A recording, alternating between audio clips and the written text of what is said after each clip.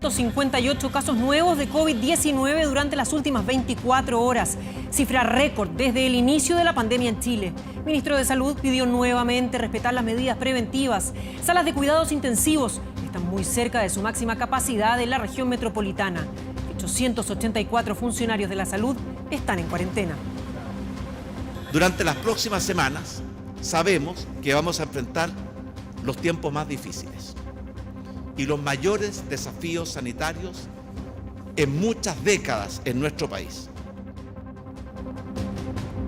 Clínicas y laboratorios privados advierten escasez de insumos para realizar test del coronavirus. Por ahora están limitando las pruebas ambulatorias. Piden responsabilidad ante las consultas por sospechas de contagio. El gobierno aseguró que no existe falta de stock en la red de salud pública. No hubo conciencia ni distanciamiento social en fiesta privada en Providencia. Jóvenes arrendaron departamento para hacer un ruidoso carrete. Vecinos denuncian posibles focos de contagio de COVID-19. Seguridad Ciudadana logró multar a los infractores y la alcaldesa Matei se comprometió a denunciar al arrendador ante impuestos internos. Se confirman los malos pronósticos en la economía local. Declaración de quiebra de personas sube 40% en el mes de abril. La mayor alza desde que se mide la insolvencia personal. No cumplir los requisitos para reorganizar las deudas es una de las principales razones. Y el Rey pone condiciones para salir de Barcelona ante la insistencia del Inter de Milán. Arturo Vidal solo se moverá del Camp Nou si es el mejor pagado del cuadro lombardo. Además, conoceremos el drama de la épica chilena por el coronavirus. 30.000 trabajadores llevan 2 meses sin recibir sueldo. Esto y más en Deportes.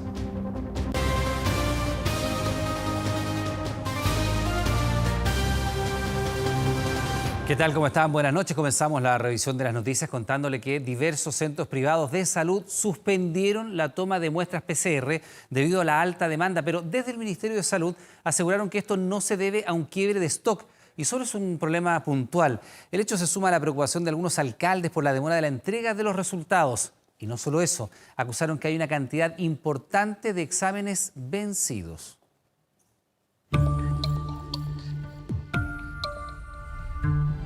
El número más alto de exámenes por millón de habitantes. El número de exámenes realizados en el día de ayer fueron 11.943. Tenemos una cifra de exámenes muy alta en los últimos días. Es la clave de la estrategia sanitaria chilena, por los que se han logrado bajos niveles de letalidad si nos comparamos con otros países del mundo. Un sistema que ha provocado alabanzas internacionales en estas 9 semanas de emergencia. Testeos que en las últimas 24 horas superan los 9.000 y que suman 303.000 exámenes en total. PCRs que hoy están en la mira. Me vine a hacer el examen el 1 de mayo. ¿Cuántos días lleva? 10 días. 10 días. Tiempo, a mí me habían dicho de 2 días a 1 semana. Una demora que se repite en varios lugares. Este fin de semana, 1.200 casos de comunas como Renca, Cerro Navia y Quinta Normal aún no habían sido notificados, motivo por el cual se encendieron las alertas en distintos puntos de la capital. Que parte de estos exámenes se habían perdido.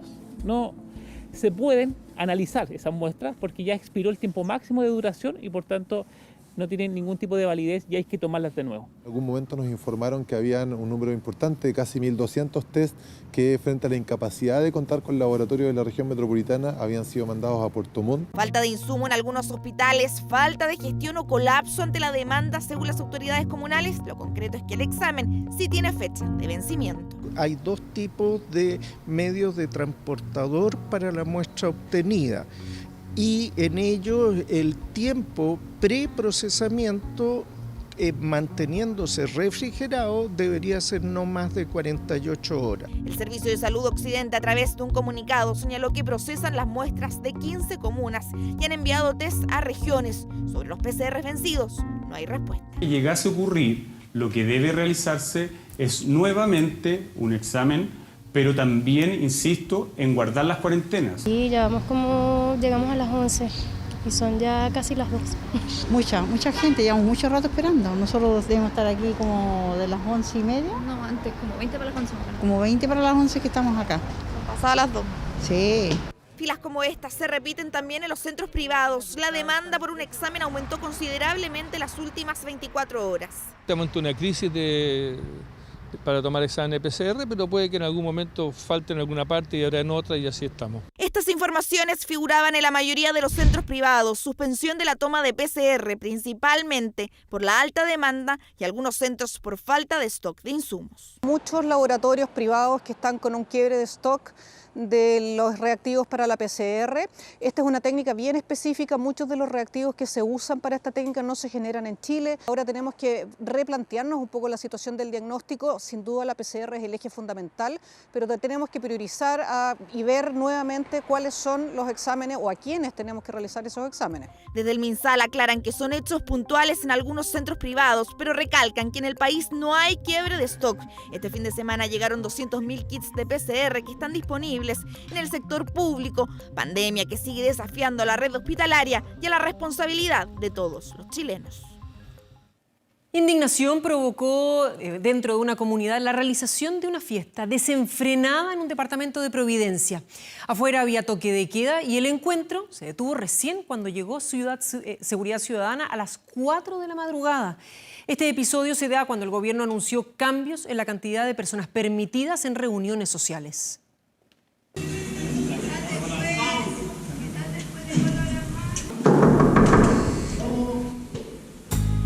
El anfitrión balbuceaba, con murmullos hacía el esfuerzo de explicar lo que ocurría.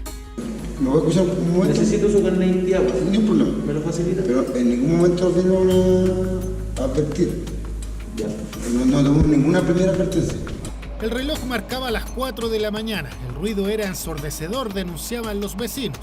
Yo estoy de cumpleaños. ¿De la comuna Renca? El organizador de la fiesta residía en otra comuna, pero el departamento lo arrendó por la noche del sábado en Providencia. Calle Diego de Velázquez, tercer piso, carrete desenfrenado, época de pandemia. No había mascarillas, alcohol gel, ni mucho menos distancia social. ¿Cuántas personas hay en el departamento? 8 personas. Y como digo también, de las 8 personas, 100%, ni menos ni más, ni uno menos, ni uno más, ni uno. 8 personas. Perplejo y sorprendido por la fiscalización, el cumpleañero daba luces de lo que para él y sus amigos significa hacer un encuentro de este tipo cuando el país atraviesa un punto álgido de contagios por COVID-19. Sí, igual, porque igual estamos prevenidos que no hemos tenido los síntomas, nada. ¿Y cómo lo previenen si hay personas que son asintomáticas, por ejemplo? Sí, pues no lo he hecho.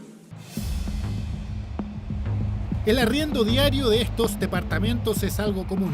La comunidad denuncia que vive bajo un constante riesgo.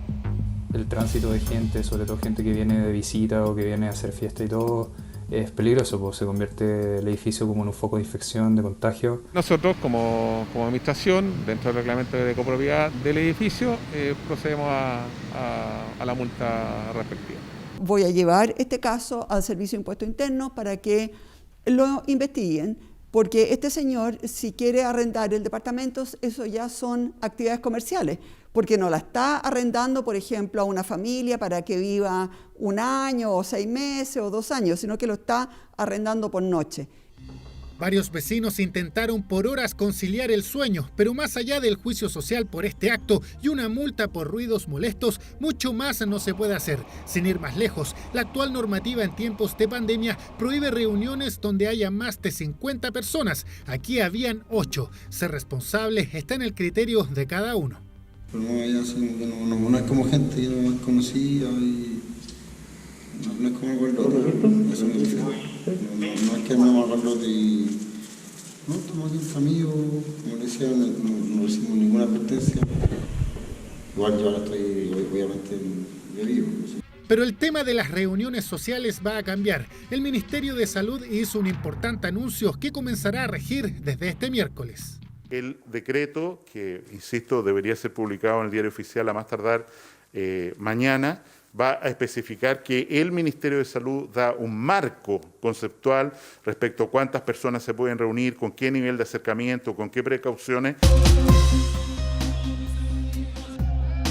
Habrá cambios en los permisos del número de personas en reuniones sociales. Ser consciente está en cada uno, ser prudente y responsable también en la dura y persistente batalla contra el coronavirus. Que me dice, no me acuerdo por esto, me bajo el volumen. Bueno, hasta ahora son 24 las personas contagiadas por coronavirus en un hogar de ancianos de la comuna de Ñuñoa, 16 residentes y 8 funcionarios. La Seremi de Salud cursó un sumario sanitario porque días atrás fueron fiscalizados, les dieron recomendaciones y los encargados no tomaron las medidas de resguardo necesarias. Entre los familiares de los residentes de este hogar de ancianos de la comuna de Ñuñoa había extremada preocupación frente a este nuevo brote de COVID con 24 personas contagiadas. Algunos llegaron para sacarlos inmediatamente de este lugar. Necesito ahora que me digan en qué condición está y que me la puedan preparar porque la vamos a trasladar en ambulancia. El problema mayor, dicen los familiares, es la tardanza en la entrega de los resultados de los exámenes. No hay examen todavía. No tengo el resultado del examen, se lo practicaron el miércoles pasado. ¿De qué me sirve hoy día un examen que se tomó hace 7 días atrás? No me sirve de nada, lo encuentro inhumano. Hay muchos exámenes, se están tomando muchos exámenes nomás. Es la tercera vez en menos de 2 semanas que funcionarios de la Seremi de Salud llegan a esta residencia a verificar el cumplimiento de las normas sanitarias y las medidas de aislamiento. Aquí también se registró la muerte de un huésped. Efectivamente son 16 residentes positivos por coronavirus. La persona que falleció no tenemos antecedente que hubiese sido positivo, sino que falleció por un paro cardiorrespiratorio. Y en este momento las personas que están con complicación de salud están siendo evaluadas por personal médico del CESFAM y se va a gestionar el traslado a hospital si es que es necesario. El primer caso positivo de coronavirus dentro de este hogar de calle Eliezer Parada se registró el pasado 28 de abril y afectó a una de las manipuladoras de alimentos. Con el correr de los días se contagiaron otros 7 funcionarios y 16 ancianos. Actualmente hay 4 con sintomatología y complicaciones de salud. Tenemos 4 residentes que están con principios de neumonía. Hay 2 de ellos positivos y 2 que sus resultados de PCR son indeterminados. Por lo tanto, se está haciendo la evaluación médica para trasladarlo al hospital que sea necesario. Lo que más lamenta la Seremi es que, pese a las advertencias, los administradores de este recinto no habrían tomado los resguardos necesarios. Por nuestro lado, se entregaron las indicaciones en 2 visitas anteriores, las cuales hemos constatado que en muchos casos no fueron cumplidas, por lo tanto se ha levantado un sumario sanitario, el cual puede llegar a tener una multa de 50 millones de pesos. Estas residencias son consideradas sitios de alto riesgo, por lo que las medidas de aislamiento y los testeos oportunos a los trabajadores son claves. Dada la propagación de una enfermedad producto de esto, puede ser que una PCR que dio positiva hace 2 días atrás cambie su resultado en lo siguiente. Entonces esas PCR son de hace 2 días atrás y es fundamental el testeo. Llamaron a los administradores de todas las residencias de adultos mayores a tomar las medidas necesarias para evitar la propagación del contagio, ya que la tercera edad es el grupo más vulnerable frente a esta pandemia. Chile registró un nuevo récord de contagios, 1.658 personas positivas. Y el sistema de salud está extraordinariamente exigido, estresado y demandado, como aseguró el presidente Piñera, que proyectó días complejos. El coronavirus, de esta manera, sigue atacando con fuerza, pero también quisimos conocer el comportamiento de los otros virus tan característicos de esta época del año.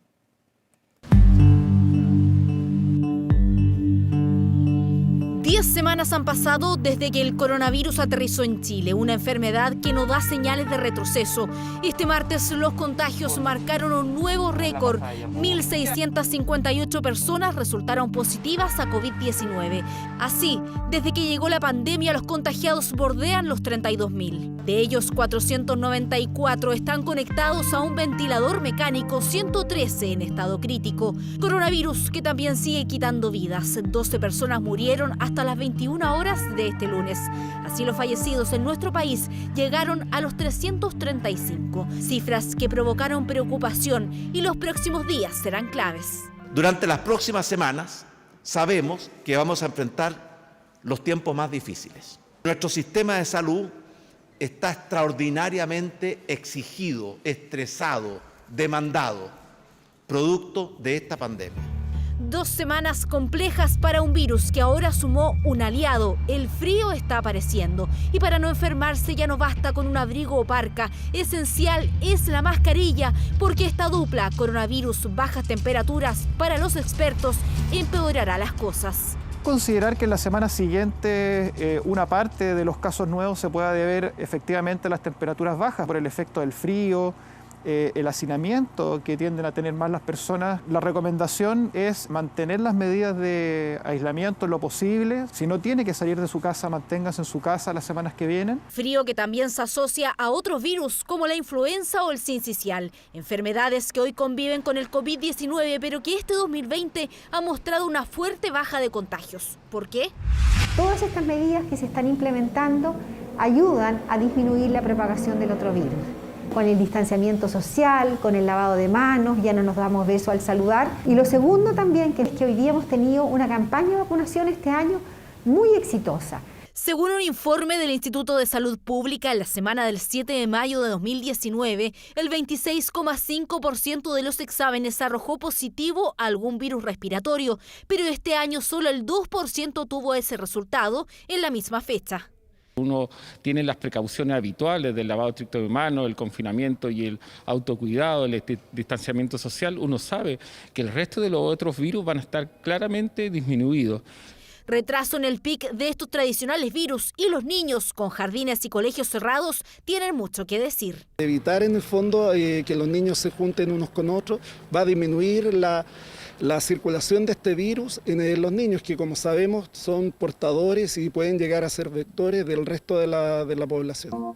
Pero los niños siguen en casa mientras el coronavirus encontró en estas fechas un ambiente propicio para su propagación. Investigadores de la Universidad de Santiago de Chile detallaron que el virus podría expandirse con mayor velocidad en todas las regiones bajo Atacama. ¿Empeorará el COVID-19 con el invierno? Es la pregunta que se hicieron en este estudio que demuestra que la radiación solar es determinante. Las zonas que tienen más altas temperaturas y más alta radiación en general no han tenido impactos tan graves como zonas que están en zonas de más baja temperatura o de más baja radiación. No le gusta ni la alta radiación, ni la alta temperatura, ni la alta humedad. Pero por muy buen clima que tenga una zona sin distanciamiento social, dijo Cordero, será imposible controlar el COVID-19. Por eso la insistencia, lavado de manos, mascarillas y distancia son la fórmula para torcerle la mano a la pandemia, la peor de los últimos 100 años.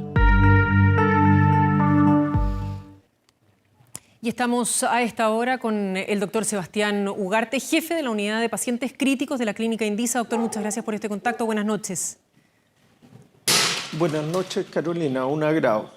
Justamente estábamos hablando del frío. Nos vienen temperaturas de mínimas 6 grados, 3 grados en los próximos días aquí en la capital, 13 a esta hora en particular.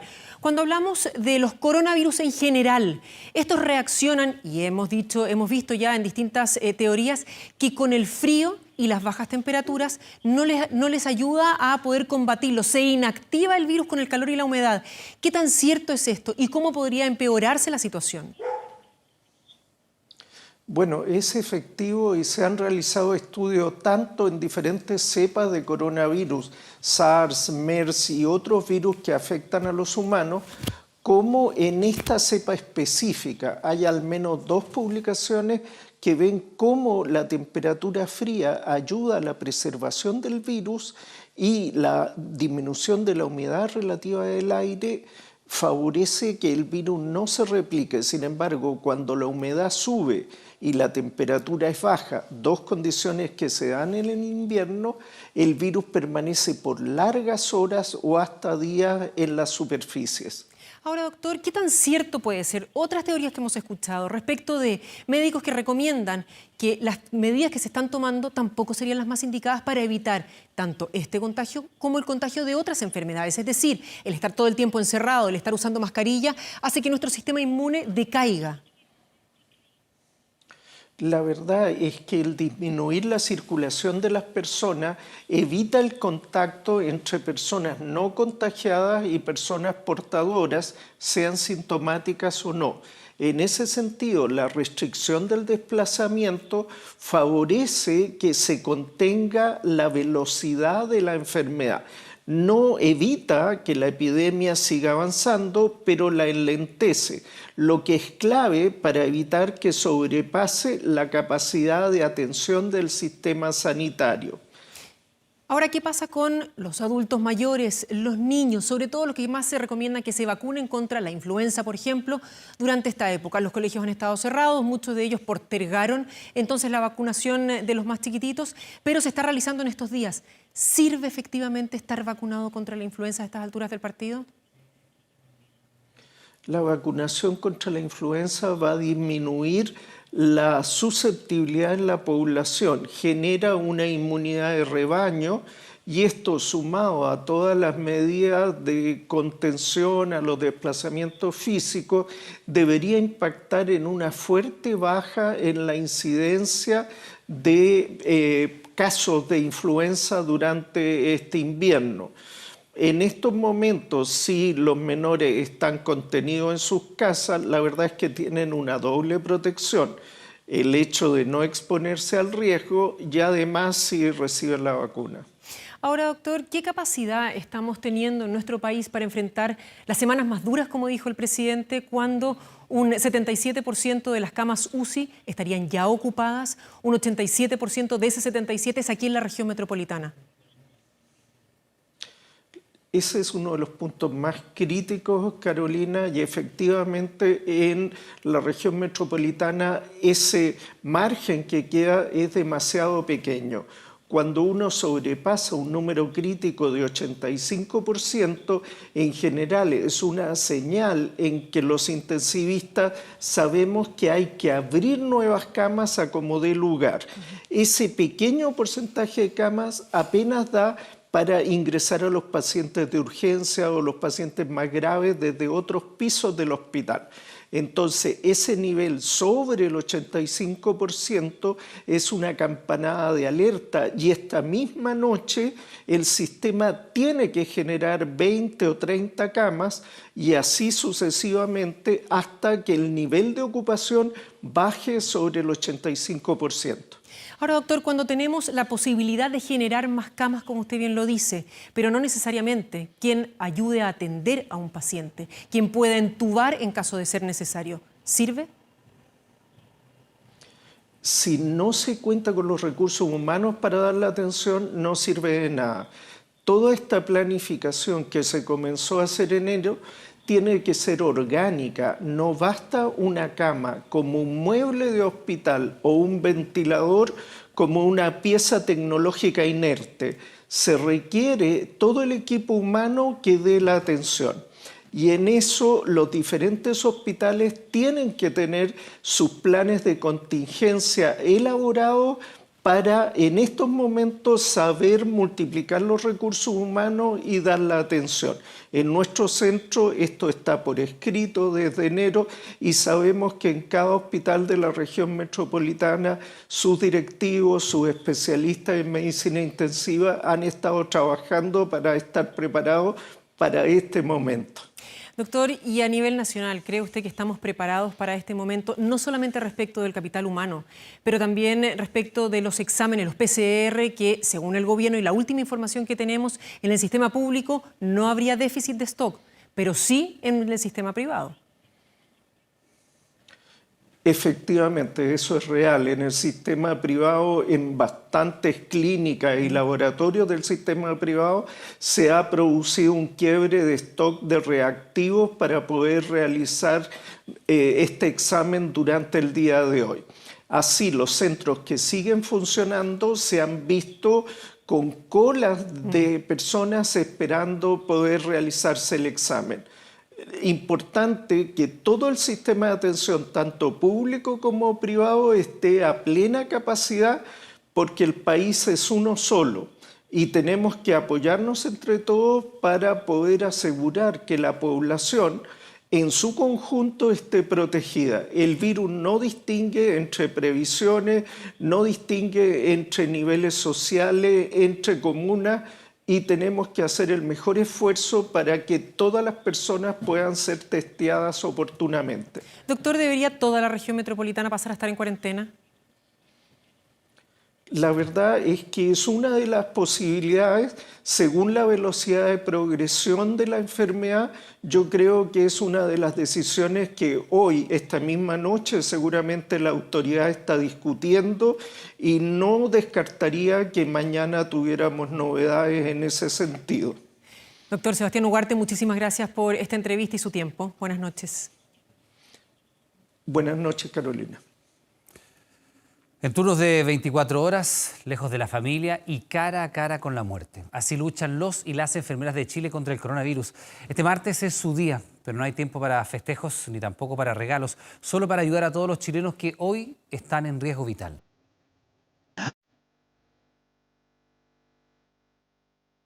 Hace más de 3 meses que todos ellos y ellas han estado cara a cara enfrentando el virus en Chile.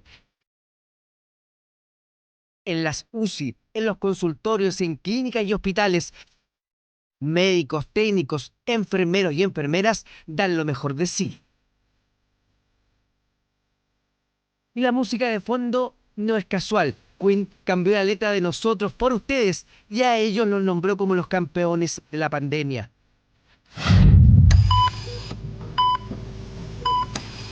Hoy día en la mañana entramos a turno. Mañana en la mañana. Mejor regalo que la Leontina vaya para arriba. Estamos felices que ahora se vaya de canular y ya posteriormente se traslade a medicina. Sí, muy felices, en verdad. Se preparan emocionadas. Doña Leontina ha peleado 46 días contra el COVID-19. Estuvo grave, muy grave, y hoy será desentubada. Ganó la lucha, una imposible de ganar sin el equipo de la UCI del Hospital El Carmen. Se siente alegría, pues se siente una satisfacción de que cumplimos una labor. Sí, hartos días duros, sobre todo los chiquillos acá que están en la primera línea, que dan la batalla el día a día. Estos box están llenos de gente con COVID positivo compleja. Sí, en su mayoría, gran mayoría sí. ¿Qué han vivido? La muerte. Aquí se vive la muerte. Dorca empezó como TENS, a los 38 años estudió enfermería y ya son 13 los que llevan el oficio. Hoy no hay tiempo para celebrar su día, ni para torta ni para regalos. Hoy toda su energía y amor está destinada a combatir a un enemigo mortal. Pandemia, UCI, COVID, es muerte. Aún la gente no entiende. Con turnos de 24 horas, agotadas y lejos de la familia, su esfuerzo ha sido gigantesco. Tengo 2 hijos. Uno tiene 11 y el otro tiene 8. Son chiquititos.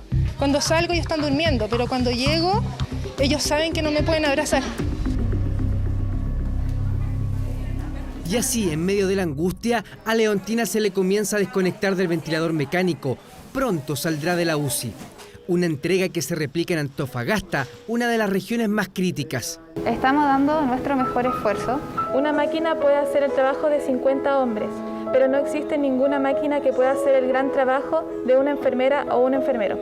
En la Mutual de Seguridad, los globos al cielo recordaron que la batalla recién empieza. Si no contamos con el apoyo de la población, los esfuerzos que hagamos pueden ser en vano. Una ayuda ciudadana que también piden en el Hospital del Trabajador. No tener el apoyo de ellos, el abrazo de la familia, ha sido difícil. En el Van Buren de Valparaíso dan la lucha. Lo mismo en el Hospital Regional de Temuco y de Punta Arenas. Una lucha sin tregua también en el Sotero del Río. Estamos cansados, sí, estamos asustados, tenemos temor porque no queremos contagiar a nuestra familia, a nuestros compañeros, pero aún así estamos aquí trabajando. Volvemos a Maipú. Leontina ya despertó y tras 46 días por fin pudo hablar con su hijo. ¡Llega luego, te estamos esperando! ¡Que llegue luego, que la están esperando! ¡Con fuerza! ¡Con fuerza, eso! ¡Que son su vida! Sí, también, mi mamita. ¡Te amo! ¡Que la aman! Y así podríamos seguir contando miles de historias. En lugar de eso, es de toda justicia que ellos cierren esta nota. Son ellos, como dice la canción, los campeones. La idea de cuidarnos es cuidar a toda la población. Si estamos en otras regiones, no podemos tampoco viajar a ver a nuestra familia. Llevamos sobre nuestros hombros una parte considerable de la responsabilidad en la atención de nuestros pacientes. La calidad de emergencia adulta, le deseamos feliz día a todos nuestros colegas. Un llamado para que la gente se quede en su casa y nos cuide, para nosotros poder también cuidarlo.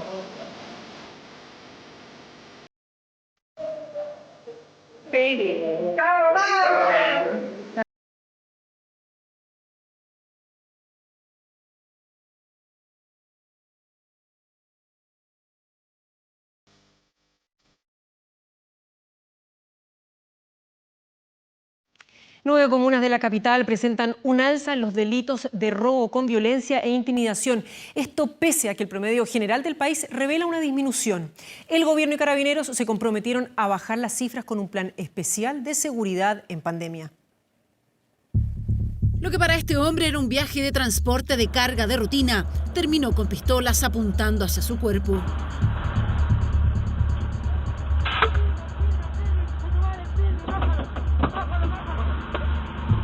Bájate, tranquilo, bájate.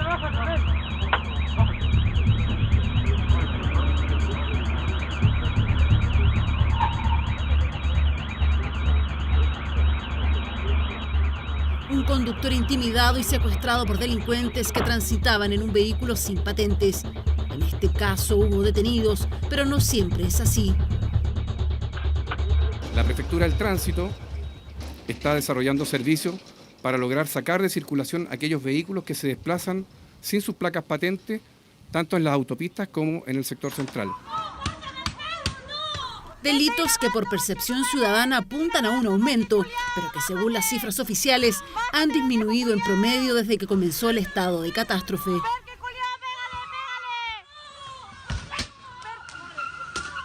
El delito de robo, nos damos cuenta que entre la semana 11 y 12 empieza a haber una disminución también significativa, hasta llegar a un menos 3.0% de disminución.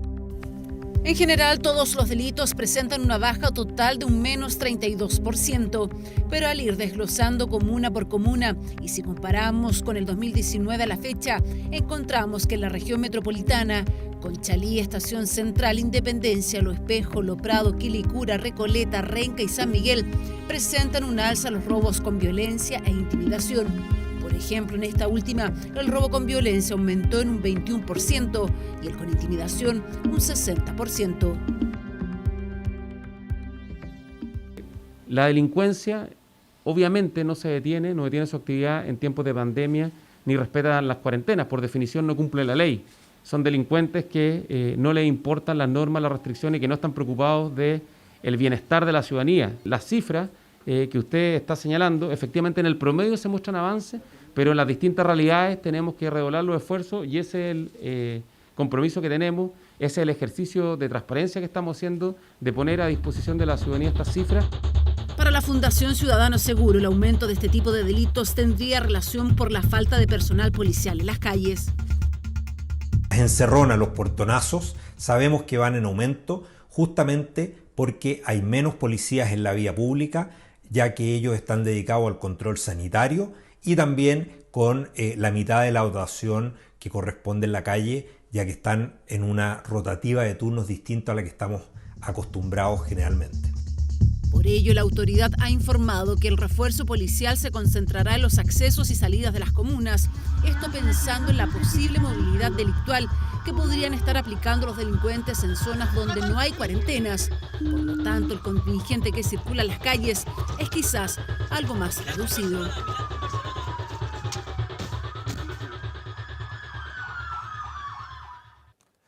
Atención a estas cifras porque América ya se convirtió en el epicentro de la pandemia. Esto luego de que este martes llegara a 1.740.000 contagios, superando de esta manera a Europa, que suma 1.730.000 casos según la Organización Mundial de la Salud. En nuestro continente, vamos a revisar las cifras, Estados Unidos, por supuesto, aparece como el país con más personas infectadas, 1.355.000, contra las poco más de 232.000 que registra hasta ahora Rusia. En América, a Estados Unidos le siguen luego Brasil en el segundo lugar, Canadá, Perú, México y Chile. Mientras que en Europa, en cuanto al número de contagios, detrás de Rusia se ubican España, Italia y luego Francia. ¿Qué está ocurriendo en nuestro continente? Lo vemos en el siguiente informe. Europa era desde mediados del mes de febrero el epicentro de la pandemia, pero el aumento de casos en países como Estados Unidos y Brasil, así como la situación de México, Perú o Canadá, hizo que América lo superara. Estados Unidos es el país más golpeado a nivel global por el COVID-19 y Brasil está entre los 10 más infectados. Pero sus presidentes viven en una guerra continua con los medios que cuestionan el manejo que le han dado a la pandemia. My administration is fighting relentlessly to protect all citizens of every color and creed from this terrible virus. Tanto Bolsonaro como Trump abogan por la reapertura económica de sus países, en momentos en los que ambos suman 92.000 fallecidos a causa del COVID-19.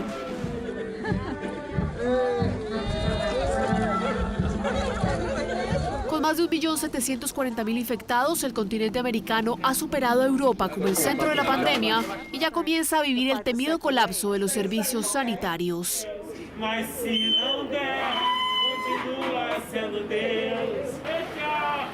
El gobernador del estado de Nueva York, Andrew Cuomo, aseguró que pueden ser miles más los muertos en su región, aunque se espera que comiencen a reabrir algunos sectores el próximo viernes.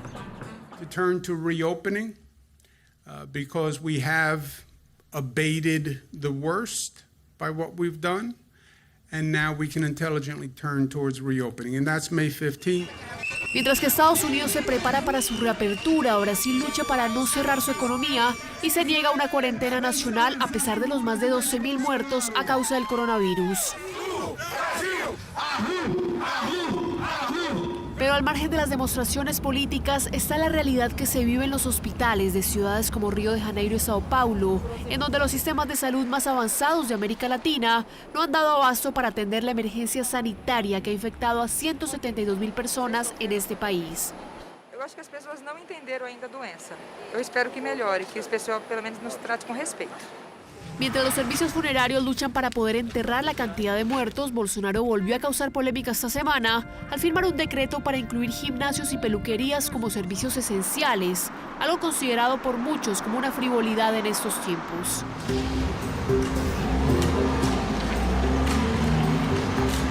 Bolsonaro y Trump se aferran a sus agendas políticas y económicas en momentos en los que sus países se han convertido en el epicentro de una pandemia que no distingue entre partidarios y opositores.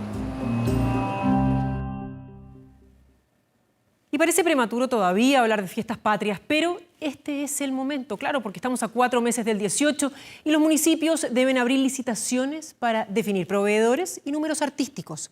Pero con pandemia todo es diferente. Ñuñoa ya decidió no hacer sus fiestas del Estadio Nacional, mientras que en La Pampilla y el Parque O'Higgins se está evaluando su suspensión. Yo me iba a ir ahora los primeros días de marzo. Me tocaba control con mi doctor Gracie y le conté porque él es bien bueno a viajar. Me dice, no, tú no puedes viajar. Nos cuenta Berta. Y se acabaron toda la esperanza de viajar. Yo quería ir a Tierra de Jerusalén, a Muro de los Lamentos. Ese es mi sueño. Pero esta Berta no es cualquier Berta, es la icónica propietaria de una de las fondas más famosas del Parque O'Higgins, la grandiosa Bertita. Y grandioso es el tiempo libre que tiene ahora. No, cambio nomás, los monos para un lado, los monos para otro. Mira, si parece un museo. No tengo ya donde poner más cuestiones. Tiempo libre que quizás siga teniendo muy a su pesar si es que las fondas no se abren por pandemia este año. El sentido común y la prudencia nos aconseja que no es recomendable tener fiestas patrias. Recordemos que la de Santiago es la principal. Hemos tenido cerca de 80.000 personas por día, pero esta es noticia en desarrollo. Y después yo le mandé un WhatsApp a don Felipe y me dice, cuídate, mi Bertita linda, te quiero mucho. Ni hablar de la Pampilla, esa fiesta coquimbana que con la excusa del 18 se extiende larga y fulgurante, de un esparcimiento que esta vez podría no estar. Mi opinión personal es que creo que es bien poco probable que se pueda desarrollar un espectáculo de esa envergadura, producto de la situación y la contingencia actual. Como médico, ahora voy a hablar no como alcalde, como médico, tengo la sensación de que todavía el COVID-19 va a estar muy presente en esa fecha y es probable que se tome la decisión de a lo mejor no realizarla. Falta mucho para septiembre, cierto, pero el tema es de suma actualidad, porque en estas fechas, históricamente, autoridades comenzaban a estudiar sus zapateos. ¿Entiende que bailar cueca es un coqueteo. Pero hoy fuimos al mismo edificio donde la ex intendenta se esmeraba en ese baile y la cosa es muy diferente. Esos pañuelos se agarran de las orejas y protegen nariz y boca. Las restricciones de, por ejemplo, no reunirse más de 50 personas en un mismo lugar, eso hace inviable una actividad 18era. Por definición, entre la gente que trabaja, la gente que concurre, parece poco probable que se realice una actividad con menos de 50 personas. Lo que, si bien no ha desencadenado aún una decisión que prohíba las fondas, sí abre las puertas a una severa reducción que podría llegar de los 63 eventos realizados el año pasado en la región metropolitana sencillamente a 0 en este 2020 con COVID. Muchas de estas cosas se tienen que preparar con mucha anticipación, pero hoy día el Ministerio de Salud no puede tener un pronunciamiento formal de recomendación o no en relación a lo que va a ocurrir en septiembre con la evolución de esta pandemia. Ñuñoa ya informó su decisión. 4 meses antes del 18 determinó que no se harán las tradicionales fiestas del Estadio Nacional. Estas fechas, lamentablemente, así como está la cosa, yo creo que no es factible hacerlo. Duele, pero es la realidad. Cuentan los legendarios Viking 5 emblemáticos de la Pampilla con la idea de no parar, pase lo que pase. Una idea se nos ocurre, por ejemplo, un titular lindo sería que dijera: Coquimbo tiene Pampilla con los Viking 5 online, cantando todos nuestros éxitos, nuestros clásicos. Mientras Bertita, la grandiosa como le llaman, pone presión en la gente. Por allí va, dice, la única opción, aunque cada vez más lejana, de tener fondas funcionando en septiembre. Yo creo que así como la gente no está obedeciendo, no alcanzamos a llegar a bajar la curva para agosto. Pero lo veo difícil por la gente, porque la gente no quiere entender, la gente no quiere obedecer. Bueno, hay varias noticias económicas que han sacudido este día. Probablemente la más reciente, que ha sido muy comentada en redes sociales, tiene que ver con una millonaria línea de crédito que el Banco Central ha pedido al Fondo Monetario Internacional. Está sujeto a evaluación. Han aumentado las quiebras personales como no se veía nunca. Y también queremos partir con esto, que es una noticia de orientación. Andrés Díaz, nuestro editor de Economía. ¿Cómo estás, Andrés? ¿Dónde buscar trabajo? ¿Cómo hacer una búsqueda correcta de trabajo en estos tiempos tan difíciles? Sí, hablemos un poquito del contexto económico que nos pilla hoy día esta búsqueda de trabajo, por ejemplo. Recordemos que ya las proyecciones de los expertos que consulta el Banco Central hablan de un crecimiento de la economía para abril, una caída de 8,1%. Para mayo, una caída de 12%. No se descarta que el desempleo llegue al 18%.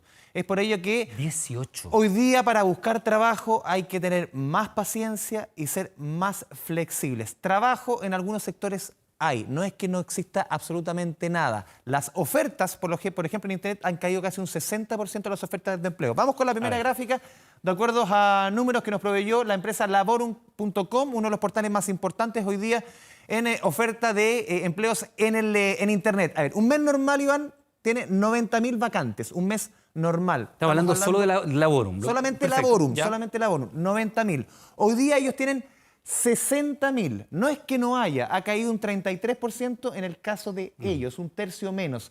Hay empleos en sectores bien puntuales.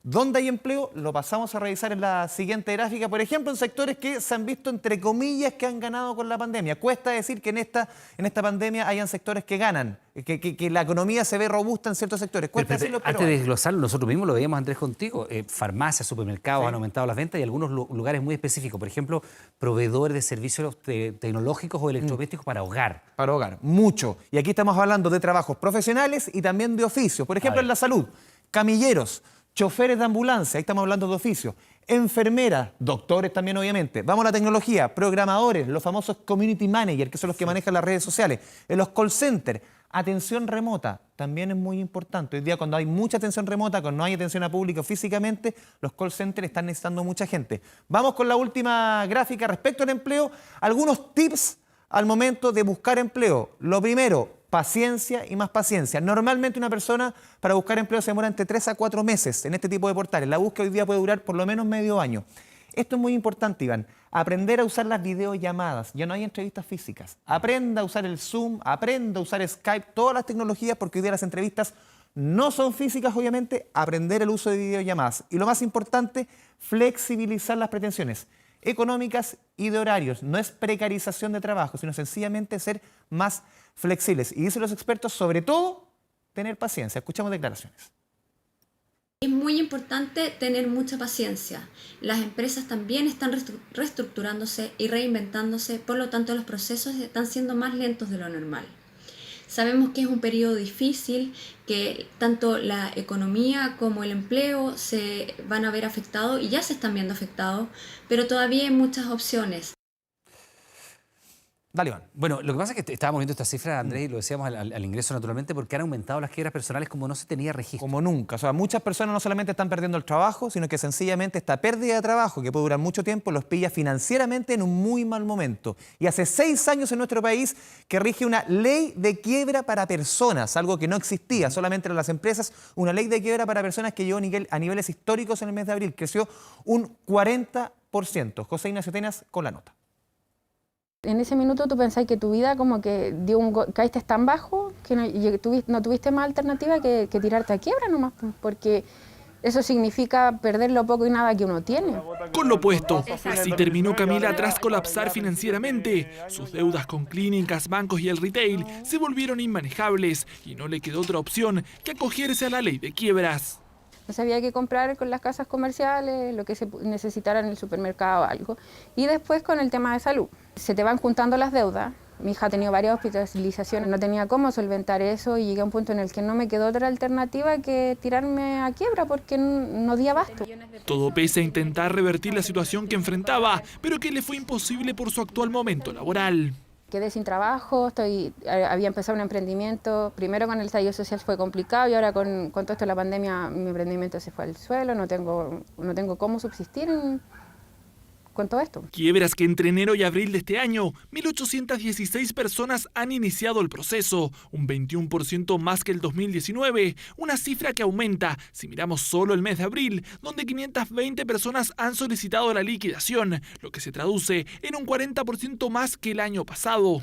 Un proceso que en la actualidad permite a los deudores limpiar su carga financiera. Puedo yo pedir mi quiebra personal entregando todos los bienes que yo tengo para hacer pago a las deudas hasta donde alcance. Y si yo no alcanzo a pagar la totalidad de las deudas con los bienes que yo tengo, de todos modos las deudas todas se extinguen. Y el segundo efecto importante es la rehabilitación financiera del deudor, es decir, yo quedo sin DICOM. Una alternativa que aumenta en comparación con el 2019, pero que para las autoridades aún no reflejarían en su totalidad los reales efectos de la pandemia. El proceso de liquidación de la persona deudora es el que más crece desde que tenemos la nueva ley. Nosotros creemos que en los próximos meses, ya junio, julio, podría haberse reflejado un aumento mucho más importante. Según datos de Defensa Deudores, la morosidad promedio de las personas que quiebran es de 29,4 millones de pesos, siendo los hombres los principales endeudados, una situación que no discrimina segmentos sociales y que se da principalmente en los rangos etarios de 35 a 55 años y que los expertos catalogan como la espiral de la deuda. Tú vas recurriendo a la tarjeta de crédito para pagar tus otras deudas, te vas endeudando para cubrir tus otras deudas, pero en algún minuto esa cadena se corta y te convierte en una situación casi preso de este endeudamiento permanente, sostenible, porque de otra forma no puedes subsistir. Sobreendeudamiento que comienza a pesar en el bolsillo de los chilenos, en meses donde los efectos del coronavirus en la economía comienzan a impactar de lleno. Efecto en el empleo, efecto en las quiebras de las personas también. Esta pandemia en materia económica está teniendo efectos muy duros en los multifondos de pensiones. Lo habíamos revisado en semanas anteriores, Iván, una caída abrupta en el mes de marzo, una recuperación. Algo de recuperación. Sí, algo de recuperación en abril. Y lo que pasó en el mes de marzo es bien llamativo, porque mucha gente, como nunca ha ocurrido de los 18 años que existen los multifondos de pensiones, se cambió de fondo. Vamos con la gráfica, señor director. A ver. 2002 comienzan a funcionar los multifondos, A, B, C y D. En marzo pasado, Iván, 851.000 personas se cambiaron de fondo. Es lo más alto desde la creación de los multifondos en el año 2002. En el momento más álgido de la discusión no más AFP, el año 2016, la mitad, 400.000 personas se cambiaban. Nunca este nivel. Si sumamos la gente, por ejemplo, del fondo E, el más seguro, entre comillas, el más conservador, la gente que salió y los que entraron sumaron 170.000 personas solamente en marzo. Ya, o sea, perdona, ahí estamos viendo una cantidad muy enorme de una personas migración, que busca resguardo. Resguardo. El tema es que en el fondo A y D, que son los más riesgosos, entre los dos en marzo perdieron 130.000 afiliados. O sea, muchas personas desde acá se trasladaron al fondo E. ¿Es una buena ruta, es una buena decisión cambiarse de fondo cuando el mercado le está yendo mal? Si me quedan 10, 20 años para jubilarme, ¿es una buena decisión? La Superintendencia de Pensiones hizo un estudio sobre los cambios en multifondos de pensiones durante los últimos 6 años y los números son sorprendentes. Veamos la nota. Siempre perdimos los chilenos y ¿cuándo gana la gente trabajadora? Nunca. Estaba en el fondo B y creo que es en el que tengo que mantenerme mientras tanto y es lo que me aconsejan por el tema de la edad. Es un debate largo con muchas opiniones, visiones y creencias. El afiliado tiene que elegir dónde estar, o sea, nadie puede obligar a otra persona a integrarse a otro fondo, no me parece justo eso. Si me cambio de letra, imagínense una letra menor, claro, después mi jubilación va a ser mucho menor, pues imagínense si ya es penca mi jubilación, imagínense si yo la hago que sea más penca. En los últimos años, miles de chilenos se decidieron tomar la ofensiva. Comenzaron a cambiar de fondo sus ahorros en la AFP. La mayoría quiso traspasarlos a los más conservadores. Una estrategia activa que la Superintendencia de Pensiones analizó durante los últimos 6 años y ya hay resultados. Entre 2014 y 2020, más de 1 millón de afiliados movieron sus dineros al menos una vez, pero acumularon casi 8 millones de traspasos en ese periodo. Y un grupo de 164.000 personas se cambió más de 10 veces. En términos generales, han sido perjudiciales estos cambios de fondo y por eso nosotros siempre llamamos a la calma y a la tranquilidad y pensar que el horizonte de los fondos de pensiones es de largo plazo. Siempre hay que mirarlo en largo plazo y no ponerse nerviosos por volatilidades o rentabilidades puntuales, porque esto va a pasar y los fondos se van a recuperar. Fueron miles los que decidieron mover sus dineros por recomendación, por decisión propia o simplemente por una tincada. El problema es que perdieron casi un 6% respecto a quedarse en su fondo de origen y un 4,4% en comparación al fondo que correspondía a su edad. Muchas veces siguen manada, siguen consejos, siguen gente que les recomienda este tipo de cambios, los cuales no han demostrado ser efectivos. Y en general la evidencia internacional muestra que ganar al mercado es muy difícil. El tema está en que, como es en el largo plazo, hacer cambios, que muchas veces vemos que la gente se cambia 2, 3 veces en un mes, eso es realmente excesivo y es muy difícil que eso genere mayor valor. 3 de cada 4 cotizantes que se cambiaron de fondo fracasaron en su estrategia. Por ejemplo, una persona que hoy acumula 50 millones en su cuenta, si no hubiera hecho movimientos, podría tener casi 3 millones más. Un par de días que uno esté fuera del mercado pueden verse recuperaciones gigantescas en los fondos más riesgosos. Por lo tanto, uno se puede perder precisamente esas recuperaciones en momentos de crisis y se está haciendo cambios de manera tan habitual. Mi opinión técnica es que las personas no deberían tener esta libertad de cambio de fondo con lo que es el fondo obligatorio. Creo que es mucho el riesgo.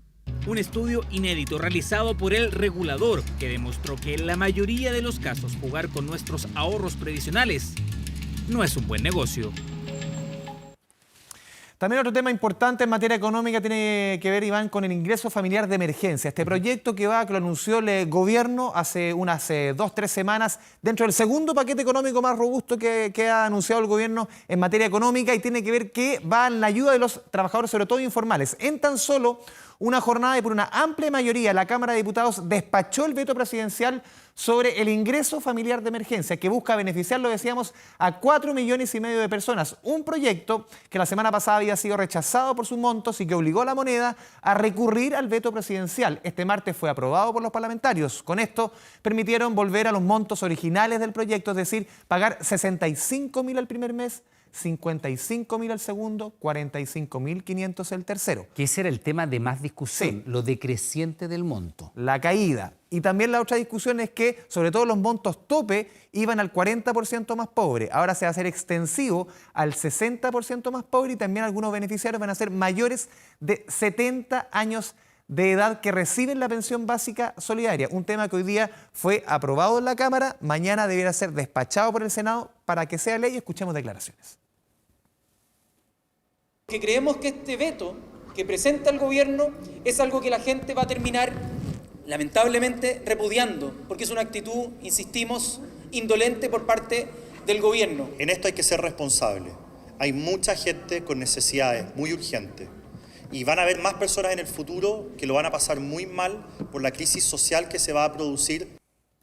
Y cerramos este comentario de economía con información que emanó hace instantes desde el Banco Central, que solicitó una línea de crédito al Fondo Monetario Internacional, Iván, por 23.800 millones de pesos. Esto no significa que el Estado, que el Fisco, que el Ministerio de Hacienda le esté pidiendo un rescate, un préstamo al Fondo Monetario Internacional, sino que sencillamente es el Banco Central el que está solicitando, un órgano autónomo del Estado, independiente, una línea de crédito. No es que le esté pidiendo plata. No es deuda pública. No. Es como yo tengo mi cuenta corriente y al banco le digo, me extiende, me abre un poquito más mi línea de crédito. Exactamente. En caso de necesitarla, el Banco Central la va a pedir. El Fondo Monetario Internacional todavía no lo ha aprobado y este tipo de platas, por ejemplo, el Banco Central la utiliza, por ejemplo, cuando hay una estampida en nuestro país, se van muchos inversionistas hacia afuera. Ocurrió, por ejemplo, al comienzo del estallido social. El Banco Central, con estos dineros, si es que los recibe, tiene las reservas para que nuestra economía aguante malos momentos,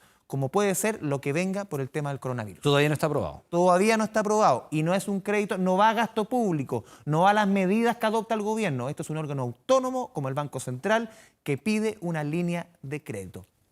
Hasta ahí. Andrés Vial, editor de Economía 24 Horas. Muchas gracias. Nos vemos. Chao, chao, chao. El 1 de junio se realizará una nueva cuenta pública que será muy distinta, eso sí, a las que hemos visto debido al coronavirus. Las preguntas, ¿se va a realizar en Valparaíso? ¿Será en Santiago, como piden algunos? ¿Habrá menos invitados para respetar el distanciamiento físico o definitivamente va a ser online? Veamos la siguiente nota. Apretones de manos, saludos de beso, abrazos, aglomeraciones en espacios reducidos. Una orquesta en medio del público. Y el presidente Piñera recibiendo los honores de un numeroso contingente de las Fuerzas Armadas y de Orden. Imágenes de la cuenta pública de 2019 que este año claramente no veremos. El 1 de junio se realizará una nueva versión y la crisis por el coronavirus obliga a extremar las medidas para evitar contagios. Vamos a cumplir todos los protocolos sanitarios que rigen hoy día en nuestro país. Y considera un ordenamiento muy distinto al de otros años. Este protocolo aún no está definido, pero ya existen algunos adelantos. Por ejemplo, en la testera donde tradicionalmente está el presidente de la República, los presidentes de ambas corporaciones y sus secretarios, habrá medidas especiales de distanciamiento físico. ¿Y qué pasa con imágenes como estas? Ya no veremos en las galerías invitados o personajes como estos que siempre llamaban la atención. Todos estos asientos estarán vacíos porque la cuenta pública, paradójicamente, será sin público en esta área del salón. ¿Qué autoridades en esta versión deberán ver y escuchar el mensaje por televisión? Sin el cuerpo diplomático, sin los generales de las fuerzas de orden y seguridad de nuestro país. Eclesiástico, del cuerpo de alcaldes, de concejales. Pero sí habrá un número reducido de sillas para los ministros del gobierno y para los diputados y senadores que quieran asistir a la ceremonia. Eso porque los parlamentarios también tendrán la opción de seguir la cuenta pública vía online. Vamos a mantener los mismos protocolos que se hacen en los funcionamientos telemáticos de ambas instituciones. Si ustedes se fijan, la Cámara de Diputados tiene pantallas donde claramente salen quiénes son los parlamentarios que están conectados, y en el Senado exactamente lo mismo. Pero a pesar de estas y otras medidas de prevención, el alcalde de Valparaíso, la ciudad del Congreso Nacional, pidió al gobierno que la cuenta pública sea trasladada a la sede legislativa en Santiago para evitar aglomeraciones y prevenir nuevos contagios en la región. Hacemos un llamado a realizar la cuenta pública el 1 de junio en la ciudad de Santiago y no en Valparaíso, y además a hacerlo sin público. Pensamos que esta es una medida del todo necesaria para prevenir en nuestra ciudad el aumento de los contagios. Y no fue la única iniciativa que surgió. Eso porque los jefes de bancada del Partido Socialista, del PPD y otros parlamentarios solicitaron que la cuenta pública se realice íntegramente a través de Internet.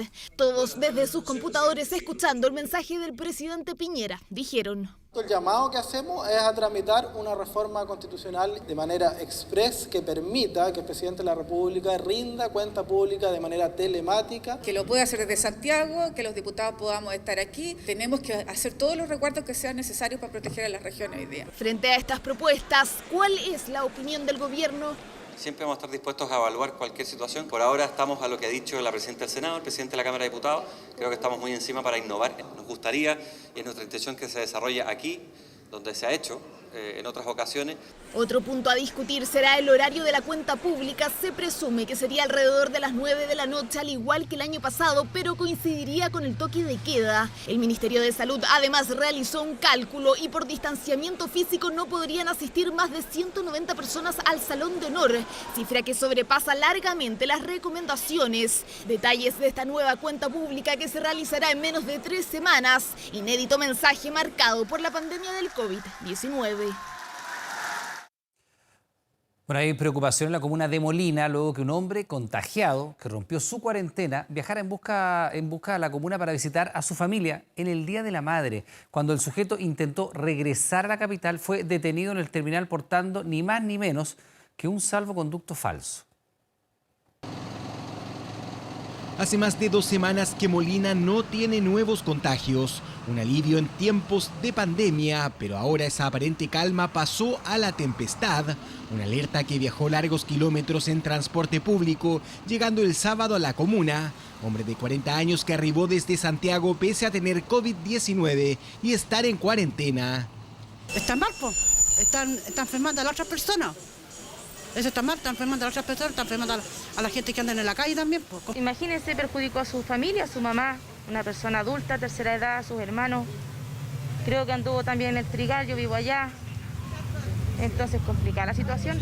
El objetivo de esta persona era compartir el domingo junto a su familia, visitar a la madre de más de 80 años en su día. No le importó el inminente riesgo tampoco que a ese festejo llegaran una treintena de personas para compartir junto a su lado.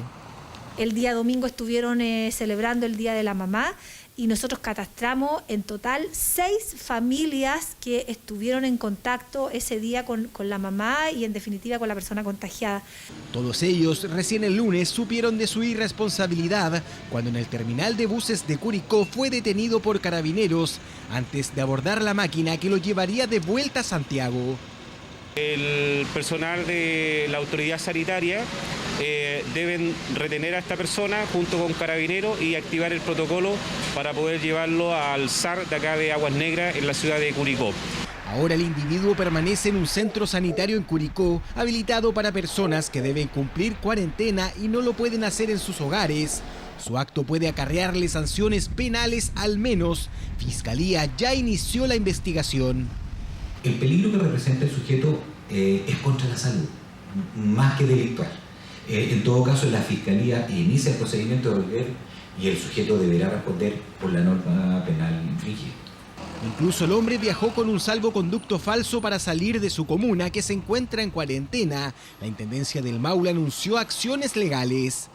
Estamos haciendo ya la querella para ser presentada en contra de esta persona por quebrantar el artículo 318 del Código Penal. Donde también hay incógnitas es en el gremio de choferes que manejan las máquinas que van desde Curicó a Molina. Aún no se sabe qué bus tomó 2 veces para hacer el viaje intercomunal, ni menos las personas que se trasladaron junto a él. Que aquí no sabemos qué máquina utilizó, pues. No sé si fue esta línea. Nosotros no sabemos qué máquina viajó y quién es la persona. Imagínense que si me contagió a mí, yo voy a contagiar a toda mi familia. Consecuencias de un acto irresponsable por incumplir el protocolo que sirve para evitar nuevos contagios. Fue a saludar a su madre, pero le dio a ella, a su familia y a toda Molina una desagradable y peligrosa visita. El Ministerio de Educación anunció que la prueba CIMSE se realizará este año, pese a la oposición anunciada por el Colegio de Profesores. En medio de la pandemia, el ministro de Educación confirmó la realización de la prueba CIMSE. La evaluación será de carácter diagnóstico, sin consecuencias para las escuelas, aclaró. Respecto de la fecha en que se va a tomar, se espera que sea a fin de año y será comunicada debidamente por la Agencia de Calidad de la Educación. La prueba, según el ministro Raúl Figueroa, permitirá arrojar información valiosa y necesaria para el país para apoyar a las escuelas más vulnerables. Desde el Colegio de Profesores, por su parte, rechazaron la medida debido al irregular proceso educativo generado por el coronavirus, lo que estiman no entregaría resultados valorables.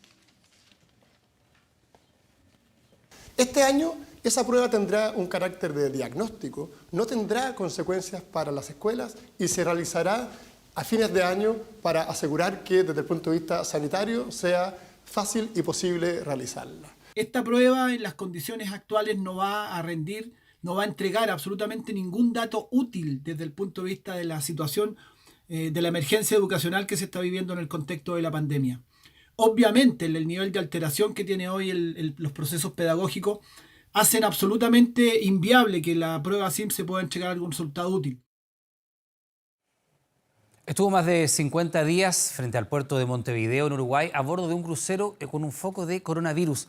Es la historia de una chef chilena que forma parte de la tripulación del buque y que este martes recibió autorización para desembarcar. Sin embargo, todavía está lejos de regresar a nuestro país. La última travesía del Greg Mortimer, un crucero de bandera australiana con capacidad para 130 pasajeros y 90 tripulantes, comenzó en el puerto de Ushuaia, en la Patagonia Argentina. El zarpe de la nave se produjo el pasado 15 de marzo, 4 días después de que la OMS decretara pandemia mundial por el coronavirus.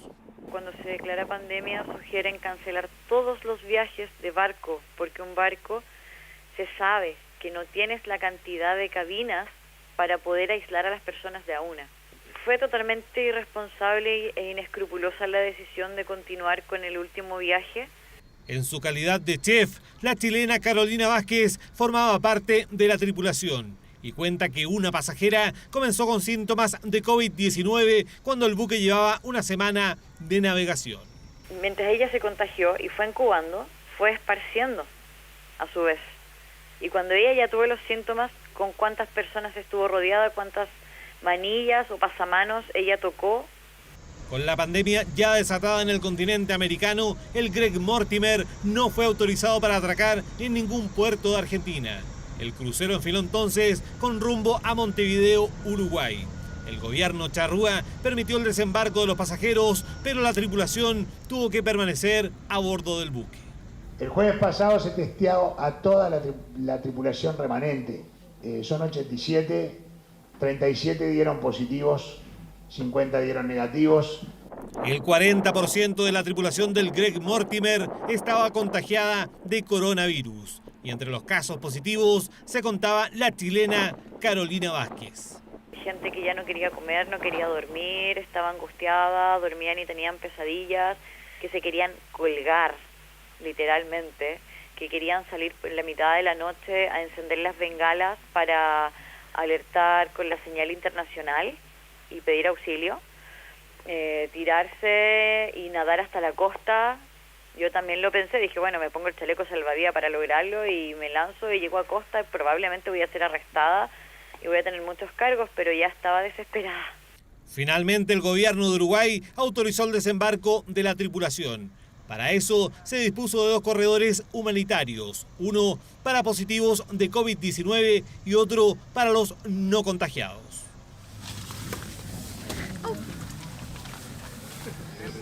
Compañeros, say hello everybody.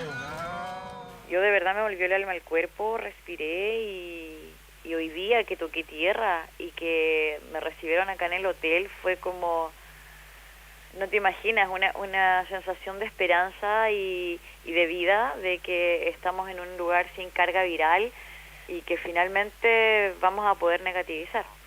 Carolina se ha realizado el examen para detectar la presencia del COVID-19 en 4 oportunidades y en todos el resultado ha sido positivo. Para yo poder ser repatriada y ser dada de alta en el fondo, necesito obtener 2 test negativos y entre esos 2 test transcurren 7 días. Cuando Carolina reciba la alta médica, estará en condiciones de volver a Chile. En ese momento, la pesadilla del Greg Mortimer habrá terminado. Es una de las caras más dramáticas de distintas poblaciones a lo largo del país. Personas que deben recurrir a los desperdicios de la feria para alimentarse. Una realidad que ha existido por años y que tras el estallido social aumentó en distintos barrios. Pero hoy, con la pandemia desatada, el escenario se torna aún más crítico, generando otra crisis, la del hambre. Vengo de Chile, el Bajo Chile es anónimo, actores secundarios en un filme antagónico. Ese Chile es al que definen de clase media, pero tiene las medias deudas que los afligen y lo asedian. Es ese Chile anónimo, el que se esconde en las periferias de la ciudad, el que siempre ha vivido en crisis Ese Chile que debe recurrir a los desperdicios de la feria en busca de alimentos y que retratamos en estas imágenes al comienzo del mes de marzo, antes de las mascarillas, cuarentenas y el estado de catástrofe. ¿Cuánto tiempo llevas sin trabajo? Ya en octubre ya vamos por los 4 o 5 meses más o menos. Así que hay que tratar de economizar lo que más se puede, vender cositas por aquí y por allá, ropa que no se usa, ropa de los niños, y tratar de juntar un poco de dinero para ellos. Y vine a ver algunas cositas que quedan. A recoger lo que queda de la feria. Exactamente, porque son buenísimas y el sueldo no alcanza, pues, con el arriendo, con universidad y todo eso.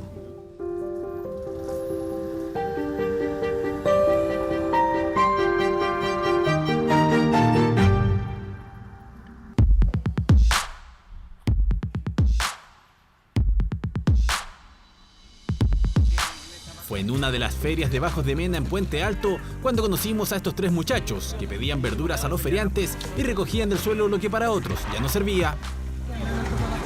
¿Qué encontraste? Cebollita, una papa y un limoncito. Oye, el limón está caro. Jóvenes en riesgo social que conocen la crudeza de la calle, fueron acérrimos consumidores de alcohol y drogas, durmieron en plazas y puentes en medio de uno de los sectores más vulnerables de la capital y que ven en estos alimentos desechados la oportunidad de saciar el hambre. Obvio que ayuda porque no todos tienen para un platito para comer, ¿me entiendes? Entonces, Dios nos bendice con esto, ¿me entiendes? Nosotros, pucha, con esto le pudimos dar un platito de comida a lo mejor a alguien que no come hace días. Por entonces los acompañamos a su refugio, una iglesia evangélica de la población del Volcán 3, donde el pastor recibe a personas en situación de calle que buscan alejarse de las drogas. En este improvisado comedor, más de 30 hermanos, como se llaman entre ellos, obtienen techo y un plato de comida en base a lo que recolectan en la feria. Es lo más hermoso, ver cómo estamos todos aquí reunidos en la presencia de Dios, gozando de este rico almuerzo que Él puso en nuestra mesa. Amén. Amén, sí. Eso es lo que valoro. Como el dicho, lo que vota el rico lo recoge el pobre. Pero los otros no lo ayudan el Estado, no lo ayuda a nadie, solamente Dios. Esta es la misma iglesia que semanas después fue apuntada con el dedo por un brote de coronavirus que terminó con al menos 5 personas contagiadas. Se acusó al pastor de realizar un culto con más de 30 personas. Ellos siempre vivieron aquí. No tenían otro lugar al que recurrir. 50 días después retornamos a Bajos de Mena. Esta vez las mascarillas abundan en la feria, aunque no todos la utilizan de la manera correcta y algunos simplemente no la llevan. Puente Alto es la segunda comuna de la región metropolitana con más casos por coronavirus. La crisis sanitaria ha golpeado con fuerza la salud del sector, pero también ha repercutido en sus bolsillos.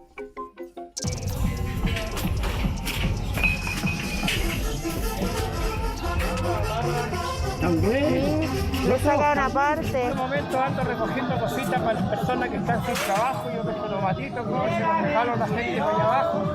Y un poco me dejo para mí también, porque ahora con esto no se puede trabajar. Yo soy maestro albañil y en este momento no puedo trabajar. A Roberto lo conocen como el Pascuero en el barrio. Tiene 67 años y recibe la pensión básica solidaria, pero no le alcanza. Por eso trabaja en la construcción y canta en las micros y en el metro. Hoy con la cuarentena en su comuna está parado. No le queda más opción que salir a la feria. En este tiempo se ha aumentado un poco más la gente que anda recogiendo. Gente que no recogió nunca se ha visto. ¿Ha salido esta gente a buscar a la feria? No, yo tampoco, yo no...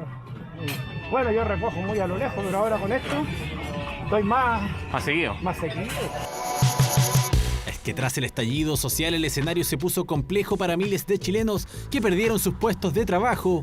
Un panorama que se agudizó aún más con la llegada del coronavirus. La gente igual se ha visto que anda pidiendo food y todo y comprando de a poquito se ve que la gente está con necesidad. Se nota, ojalá que el presidente haga algo para que ayude al pueblito porque igual estamos bien mal igual. La señorita ahí me regaló un cajón de uva. El de allá me regaló un cajón de tomate. ¿Y esto usted qué va a hacer con esto? Lo voy a regalar a las personas ya, a los amigos que están sin trabajo en estos momentos, no pueden salir, están afligidos. La realidad de Roberto se repite a lo largo de la feria. Mientras lo acompañamos en busca de alimentos, nos encontramos con otros chilenos que están en la misma situación. Así conocimos a Ivette. ¿Hace cuánto tiempo lleva haciendo esto, por ejemplo? Esto desde que cayó se dio la alerta sanitaria. Porque yo antes podía venir al Persa y entonces con el Persa yo podía comprar mi fruta, para poder alcanzar a las pensiones, al pago de las pensiones. Pero ahora con esto no puedo salir al Persa, no puedo salir a vender. Ivette es paramédico de profesión, pero hace 20 años que no ejerce, recibe una pensión por discapacidad. Hoy debería estar en casa, pero el dinero no le alcanza y por eso se ve obligada a salir y exponerse al riesgo de contagio. Lo que más le preocupa es su madre de 82 años con quien convive. Una amargura muy grande porque de no poder tener los alimentos, lo básico. Lo básico, porque uno tiene que asegurar lo que son gastos comunes, tiene que asegurarlo, pero para los demás, para comer, no queda. Entonces, es angustiante. Es la primera semana de mayo de 2020. Los casos contagiados en Chile por coronavirus superan los 20.000. Las calles de Puente Alto son el reflejo de lo que se vive en distintas poblaciones a lo largo del país. El funcionamiento de la feria se ha limitado a 3 días a la semana en Bajos de Mena, dejando fuera el día domingo. Eso, a juicio de los feriantes, ha generado un efecto inverso a lo esperado. Se junta la gente el día domingo más la gente el día sábado. Entonces, en vez de congestionar, se aumentó la congestión. Entonces anda más gente, anda codo a codo. Si tú viniste el sábado aquí, no se puede caminar, porque se junta toda la gente de Villa Cholés más Sargento Benítez con Juanita. Los mismos que una vez levantados los puestos se quedan en búsqueda de cualquier alimento que les permita parar la olla y sobrevivir a una nueva semana en cuarentena, sin trabajo y con pocos pesos en el bolsillo. Carmen trabaja como asesora del hogar, pero en el último mes no ha podido cumplir sus funciones. Sus patrones, confiesa, le han pedido que se quede en casa para evitar el riesgo de contagiarse en el trayecto, pero de alguna manera intenta rebuscárselas. Hay familias peores que uno. Peor, que no tienen, porque hay personas que desgraciadamente no les gusta hacer esto porque les da vergüenza. Pues yo le digo que vergüenza se tiene para otras cosas. Y también a veces yo ayudo a otras personas que están un poquito complicadas, igual les convido lo que llevo yo. Sí, pues, sí hay que compartir. Comienza a caer la tarde y ya es poco lo que se puede rescatar de la feria. Carmen avanza de vuelta a casa con varios productos en su carro. Roberto el Pascuero también se marcha en su triciclo. Ivette camina un poco más cabizbaja. ¡Vita! ¡Abre! ¡Sigue! Si fuera una política que me hubiera encantado, no sé, me preocuparía un poquito más de que haya más equidad con las personas, porque aquí hay mucha pobreza y esto no lo saben. Hay gente que vive realmente. Yo he visto gente que ahora yo que ando buscando fruta, he visto gente que vive de la basura, come de la basura. Una realidad que impacta. En los próximos días, Ivette deberá vender su casa para saldar las deudas que la afligen a ella y a su madre. Es que entre tanta angustia, a ratos en Bajos de Mena no queda espacio ni siquiera para soñar. Nosotros vivimos el día, a concho. Para mí el mañana ni el futuro no existe. Eso Dios dirá. No existe. Vivimos en una sociedad segregada y no es casualidad, siempre lo quiso así. Es ese Chile que urge, el que no puede darse el gusto de pensar en el mañana porque la urgencia la vive hoy. Ese Chile que necesita salir del anonimato. Será el día en que realmente Chile sea del pueblo libre.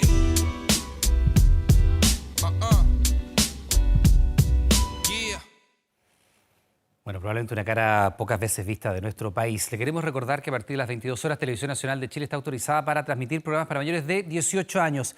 Revisamos otras informaciones. Ya estamos con Daniel Silva en nuestro estudio, que nos trae todas las semanas novedades, adelantos tecnológicos en esta batalla para combatir el coronavirus.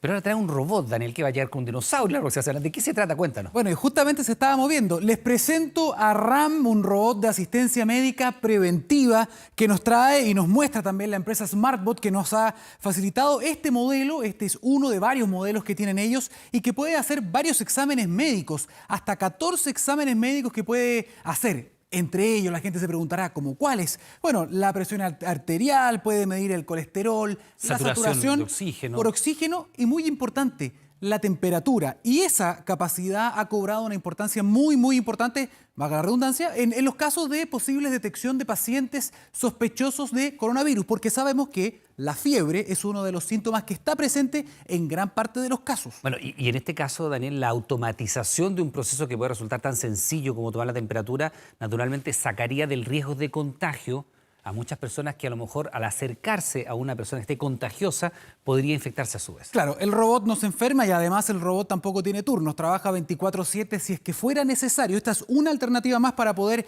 lograr identificar la mayor cantidad de casos posibles y luego poder aislarlos. Pero mira, no me creas a mí, podemos decir muchas cosas nosotros, velo tú. Prueba, Iván Núñez, por favor, tómese la temperatura con nuestro amigo Ram. Ya, vamos a ver. RAM, que significa el robot automático de medicina preventiva. Sí. Vamos a ver cómo funciona. Vamos a... Nos me explicaron que había que resetear. De lo que quieres encontrar en Bridge. Okay. Hola. Hola, soy Ram. Necesito tomar tu temperatura. Ubícate frente a mí como muestra la imagen y dime, ok, cuando estés listo. Ok.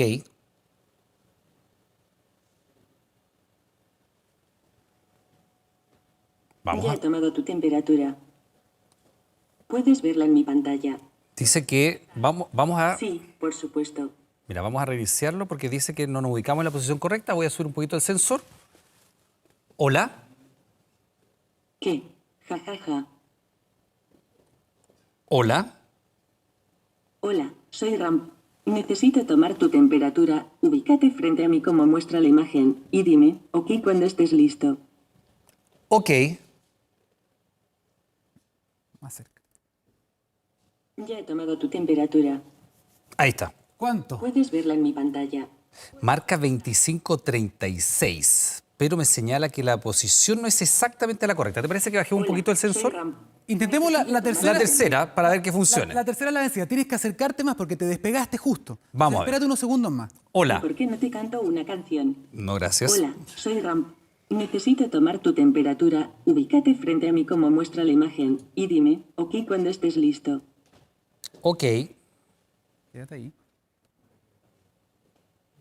Ya he tomado tu temperatura. A ver. No tengo fiebre. No tengo fiebre, 35,72. Ahora sí que sí, porque... Ya, entonces, ya, la gracia de esto, que igual es una interacción con un robot que no es tan sencillo, es naturalmente acercarse bien a este sensor. Exactamente. Pero nos explicaban que además, por ejemplo, versiones más completas, te lo trajeron así para exhibirlo acá, exactamente, podría tener otros dispositivos que te permiten medir tu saturación de oxígeno, tu nivel de presión arterial. Colesterol. El colesterol. Sí, porque podría asociarse también a un montón de sensores distintos que tienen las nuevas versiones de este robot. Y otra cosa muy importante, esto es parte de las herramientas que existen hoy día en Chile para poder combatir de alguna forma el aumento de los contagios por coronavirus. ¿Qué otras tecnologías hay además de los robots? Ponga atención porque es muy interesante, cosas que están disponibles hoy día en nuestro país. Mire. No se trata de una película de ciencia ficción. En Dubái y en China la policía está vigilando la temperatura de las personas desde el aire con drones.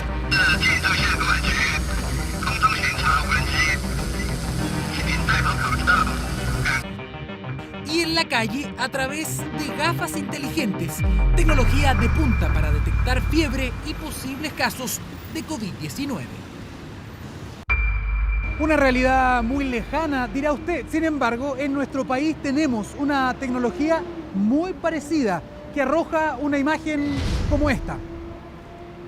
Es una cámara portátil que puede tomar la temperatura de varias personas al mismo tiempo a una distancia de hasta 2 metros. Una distancia segura para evitar contagios, porque hoy día en las aduanas sanitarias el personal de salud tiene que acercarse para tomar la temperatura. Esa es la ventaja de la primera cámara termográfica manual y portátil que llega a nuestro país. Esto puede ser utilizado a lo largo del tiempo, ya sea en instituciones públicas donde se atienda mucha gente, puede ser en colegios, ¿cierto? Universidades, recintos hospitalarios, lugares de afluencia de mucho público, por ejemplo los estadios. Sabemos que los estadios no están funcionando todos los días, funciona cuando hay un partido de fútbol, que es el fin de semana. Entonces esa cámara puede estar moviéndose, ¿cierto?, por cada evento deportivo. Usamos esta cámara para comprobar su funcionamiento y quisimos saber qué opinaban las personas respecto de la opción de una aduana sanitaria móvil utilizando este tipo de avances tecnológicos. Fantástica. ¿Qué le pareció? maravillosa. Y eso es lo que debieran hacer, aplicarla rápidamente porque ha aumentado mucho el contagio. ¿Se había visto usted alguna vez en una cámara térmica? No. ¿Qué le parece la tecnología? Espectacular. Yo creo que deberían dirigirse a las comunas de La Pintana, San Ramón, porque la gente no está tomando las medidas necesarias, no hay distanciamiento, no hay nada. Bueno, de buena forma que bueno que se implemente la tecnología necesaria, o sea, toda medida que se tome en torno a la prevención es buena. ¿Qué le parece esta que es portátil? O sea, las personas ahora podrían ir a los buses, a los lugares a buscar personas con temperatura. Muy bien pues, porque uno no sabe qué temperatura tiene, que puede tener el virus o más de temperatura normal. Pues. Tecnología para intentar frenar los nuevos contagios y no es la única. De la ficción a la realidad. En Singapur, la policía cuenta con un nuevo aliado, un perro robot. Patrulla las plazas públicas para evitar las aglomeraciones y focos de contagio. En Chile tenemos a REM, un robot humanoide con inteligencia artificial programado para detectar posibles contagios. Entonces el robot no solamente no se enferma, sino que tampoco enferma a terceros. ¿Has tenido contacto con alguna persona positiva de COVID-19? No. Permite hacer varias funciones al mismo tiempo. Por ejemplo, controlar temperatura, hacer control de acceso y sanitizar con otros accesorios a las personas. No todo tiene que ver con robots, con inteligencia artificial o con cámaras, con circuitos de alto nivel. No, hay algunas innovaciones que son más sencillas, pero muy eficaces para poder atender o solucionar algún problema. Como por ejemplo, ¿qué pasa cuando llego a la casa? ¿Qué hago con los zapatos? O cuando voy a un edificio público. Bien, hay una innovación chilena que soluciona este problema. Solo tengo que esperar 10 segundos y las suelas de mis zapatos ya están desinfectadas. Las suelas de los zapatos son bombardeadas por rayos de luz ultravioleta, un desarrollo chileno cuya radiación logra matar los virus y las bacterias y principalmente lo que hace es destruir el ADN de los virus y dejándolos inhabilitados para su reproducción. Tecnologías que ya están disponibles en Chile, innovación y creatividad al servicio de la salud, aliados para combatir el avance de la mayor pandemia del siglo XXI.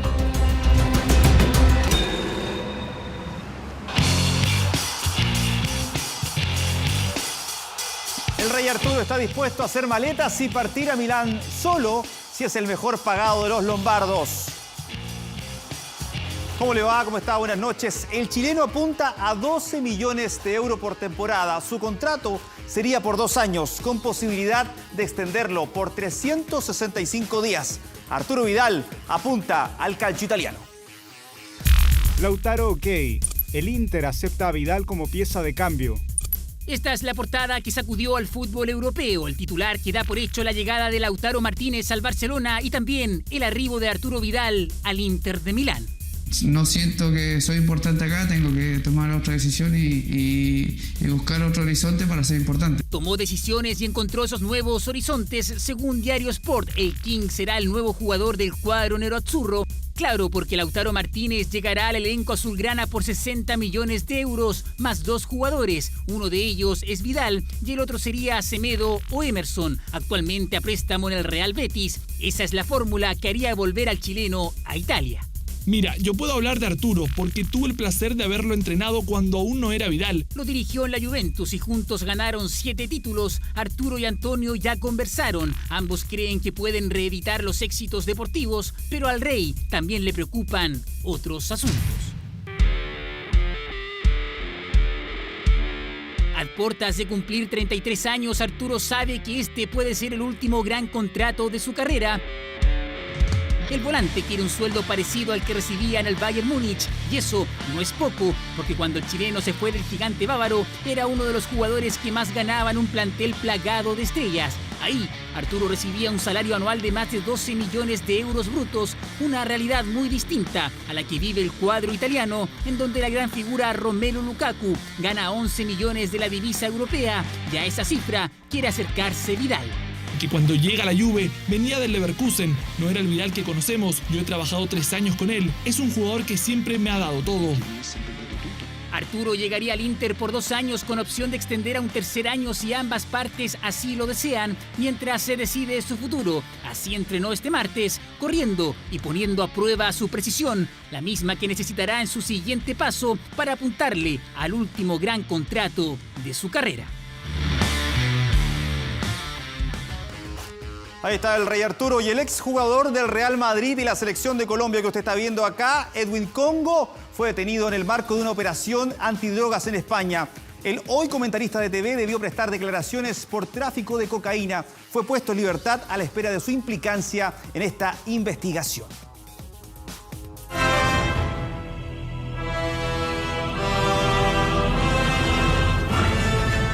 Y el quiebre es total en blanco y negro y el plantel del Cacique. Paredes y compañía no quieren a Mike Nichols, que está en la mesa de negociación. Este miércoles habrá nueva mediación entre los jugadores y también la concesionaria. Y quieren que aparezca Aníbal Mosa. Retornar el 100% es imposible. El plantel en este sentido está muy firme. La pelea que tiene Colo-Colo no da tregua. La reducción salarial sigue en disputa. Tras varias reuniones vía Zoom, este lunes por fin el cara a cara fue presencial. Por un lado, Esteban Paredes, vocero de un grupo experimentado. Para eso estas negociaciones, para llegar a un buen acuerdo con blanco y negro. Pero el 7 Albo no está solo. A su lado tiene a otros pesos pesados, Moucha, Insaurralde, Barroso y Saldivia. En tanto, Blanco y Negro no quiso ser menos y envió a su carta ganadora. 58 años y un currículum que incluye a NFP y FIFA. Harold Mike Nichols es el negociador electo por la directiva. Es imposible garantizar el retorno de ese 100%. Si bien la negociación se mantiene vigente, en medio de ellas el tanque ya abrió fuego, su misil directo contra el vicepresidente ejecutivo. Y viene gente que recién lleva 6 meses y se apodera del club, creo que es complicado. Claro que debe ser difícil. Paredes acostumbró a negociar directo con Moza. Hoy el panorama es diferente. Al frente tiene a Mike Nichols. Por eso el capitán no escondió su deseo de ver nuevamente al timonel en las tratativas. Me encantaría. Pero eso estaría lejos de ocurrir. Desde la concesionaria explican que ellos son los que eligen a sus interlocutores. Así como el plantel escogió al 7 y compañía, la directiva al expresidente de la ANFP. Que el retorno del 100% es imposible.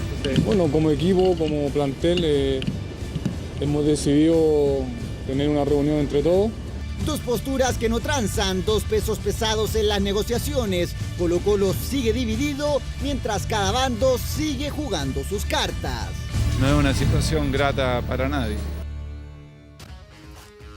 Complicada la situación de Colo-Colo y también de la hípica chilena que sufre con el COVID-19. Desde el 21 de marzo que no hay carrera en ningún hipódromo del país, complicando a más de 30.000 empleados que no cobran ingresos desde hace 2 meses. Aquí, sus duros testimonios. Lejos, lo peor que nos ha pasado. Para la hípica es una catástrofe. En mi caso, lo único que se hace es correr. Si no hay actividad hípica, no tenemos ningún ingreso. Necesitamos volver la hípica o si no va a desaparecer. No lo dudan, la peor crisis en 150 años. Soportaron terremotos, conflictos sociales, no la pandemia. La hípica cerró sus puertas, en el hipódromo están al límite. Te hablo de que 2 semanas más vamos a entrar en una crisis muy grande. Con 50 personas en la cancha no difiere de lo que estamos haciendo todos los días. Estos caballos necesitan personal, no pueden quedar abandonados a su suerte. 1.000 millones en pérdidas de una industria que involucra a 30.000 trabajadores. Han presentado protocolos al Ministerio de Salud. Primero, no va a haber público, con el uso de mascarilla, con el uso de guantes. ¿Quiénes son los que sufren más con esta situación? Bueno, los más vulnerables, los cuidadores y los jinetes.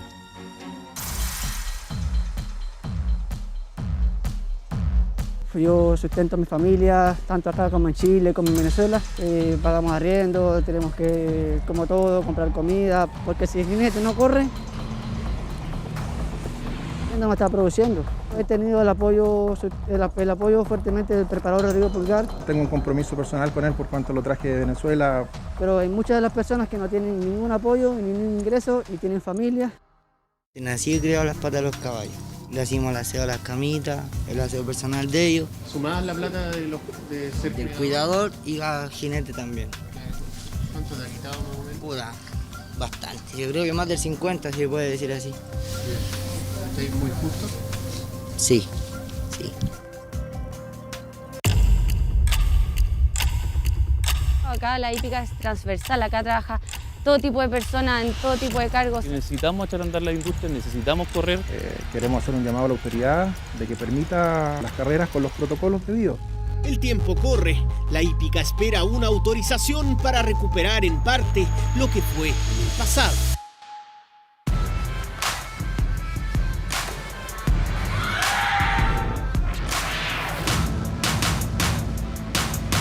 Y este niño se hace viral, tiene 11 años y consiguió un logro que ni siquiera el mejor skater del mundo pudo lograr.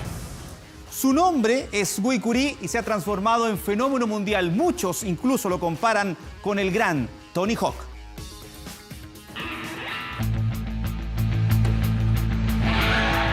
Tiene 11 años y la alegría es evidente. Acaba de hacer historia en el skate mundial. Su giro 1080, es decir, 3 vueltas completas en el aire, transforman a Guy Curie en el gran fenómeno de este deporte. Un niño precoz que superó nada menos que a la gran leyenda Tony Hawk.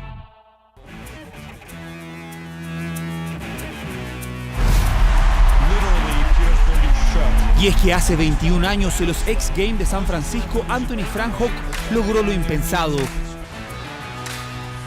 2 vueltas y media en el aire, el primer skater en conseguir un truco que lo catapultó a la gloria. El mejor de la historia, el más famoso, su nombre fue franquicia deportiva y de videojuegos. De hecho, confirmaron el remaster del popular juego justo cuando otro talento amenaza con dejar en el pasado al hombre paja. Para que se haga una idea, Tony Hawk logró el 900 con 31 años, mientras Curie lo hizo con 10. El truco 1080, algo imposible para el estadounidense, este pequeño brasileño lo realizó con 11. Destinado a hacer historia en los Juegos Olímpicos de Tokio, el coronavirus supuso una nueva oportunidad para el pequeño skater. Su padre le construyó una rampa homologada donde tras varios intentos logró el salto imposible. Si hago esta vuelta en un gran concurso, seguramente ganaré. Estoy feliz porque soy muy joven. El aislamiento lo ayudó. Antes no tenía tiempo debido a la escuela. Puede entrenar aquí y estar más concentrado.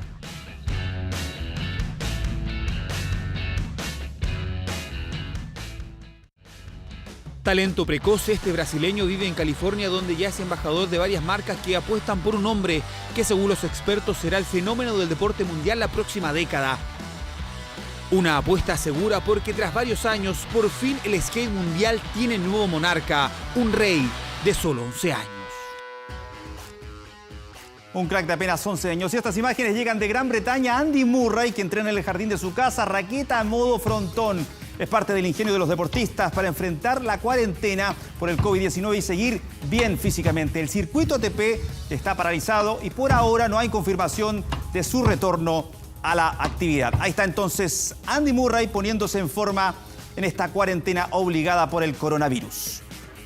Y en medio de la cuarentena, otro crack, el rayo Usain Bolt, demuestra que puede haber diversión y medidas de higiene. Eso quedó graficado en este viral donde el mítico velocista juega ludo junto a 3 amigos y tras lanzar los dados se aplican alcohol gel para usar las respectivas mascarillas también. Bolt da ejemplo de cómo se puede seguir pasándola muy bien, cuidándose entonces del coronavirus. Y con estas imágenes virales nos despedimos de Deporte. Que esté muy bien, muy buenas noches.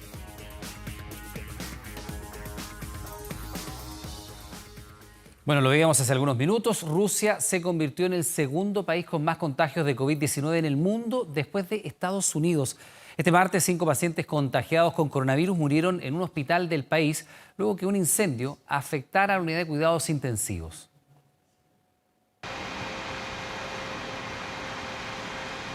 Una de las causas pudo ser un cortocircuito. El incendio se produjo en el 6º piso del Hospital San Jorge. Las llamas consumieron un espacio de 10 metros cuadrados y fue así como fallecieron las víctimas en la ciudad rusa de San Petersburgo. 5 personas contagiadas con COVID-19 murieron por el accionar de las llamas. Otras debieron ser evacuadas entre pacientes y personal médico. Como resultado de nuestras acciones, 15 personas fueron evacuadas de este piso hacia un lugar seguro. Desafortunadamente, no pudimos salvar a 5 de ellas. Los ventiladores mecánicos trabajan a su máxima capacidad y se cree que uno de ellos se pudo haber recalentado provocando una sobrecarga y por ende la emergencia. Según datos oficiales, Rusia registra 232.000 casos confirmados de coronavirus, los que incluso llegaron al Kremlin. Es que el vocero de Vladimir Putin, Dmitry Peskov, fue hospitalizado por el virus, haciendo circular las sospechas de que otros personeros también podrían haberse contagiado. Pese al avance de la pandemia en el país, Putin puso en marcha el desconfinamiento. A partir de este 12 de mayo ha terminado este periodo de días sin trabajo. Sin embargo, la batalla contra la pandemia no ha terminado. Su peligro prevalece, incluso en aquellos lugares donde la situación es más segura. Es que con más de 2.000 muertos y 232.000 infectados, Rusia ha superado a España y se convirtió en las últimas horas en el segundo país del mundo con mayor número de contagiados. Nuestras brigadas están trabajando con trajes protectores, con ropa quirúrgica, guantes y mascarillas. La ropa no es la más cómoda, por lo que es bien difícil hacer nuestra labor. Rusia investigará la seguridad de los ventiladores, esto tras el incendio que mató a 5 pacientes. Moscú, el principal foco de la pandemia en Rusia, seguirá bajo confinamiento hasta el 31 de mayo. Sin embargo, trabajadores de la construcción y la industria fueron autorizados a regresar a sus labores. Son unas 500.000 personas que corren el riesgo de engrosar las estadísticas que hasta ahora exhibe este país. Polémica generó un inédito llamado a terminar con los carretes en horario de toque de queda. A través de redes sociales, la alcaldesa de Nogales llamó a sus vecinos a agarrar a peñascasos a quienes infrinjan las medidas sanitarias. Yo como alcaldesa no voy a permitir que sigan los carretes. Ya le dije que por favor las familias en las poblaciones, cuando vean carretes, y yo indignadamente hoy anoche me decían que estaban metiendo hoy a las 2 de la mañana. Yo le dije, por favor, vecinos, únanse. Si ellos no quieren entender, vamos a tener que agarrarlo a peñascaso. Pero que entiendan de alguna vez que no puede ser. Deslenguada, directa, siempre dice lo que piensa. Así se define Margarita Osorio, alcaldesa de Nogales. No dejó a nadie indiferente con su polémica declaración, apuntando a los vecinos que organizan reuniones durante el toque de queda. Oiga, alcaldesa, ¿y esto? Si ustedes quieren ser contaminados, váyanse a otra comuna. ¿Reitera el llamado a los vecinos a los peñascasos o no?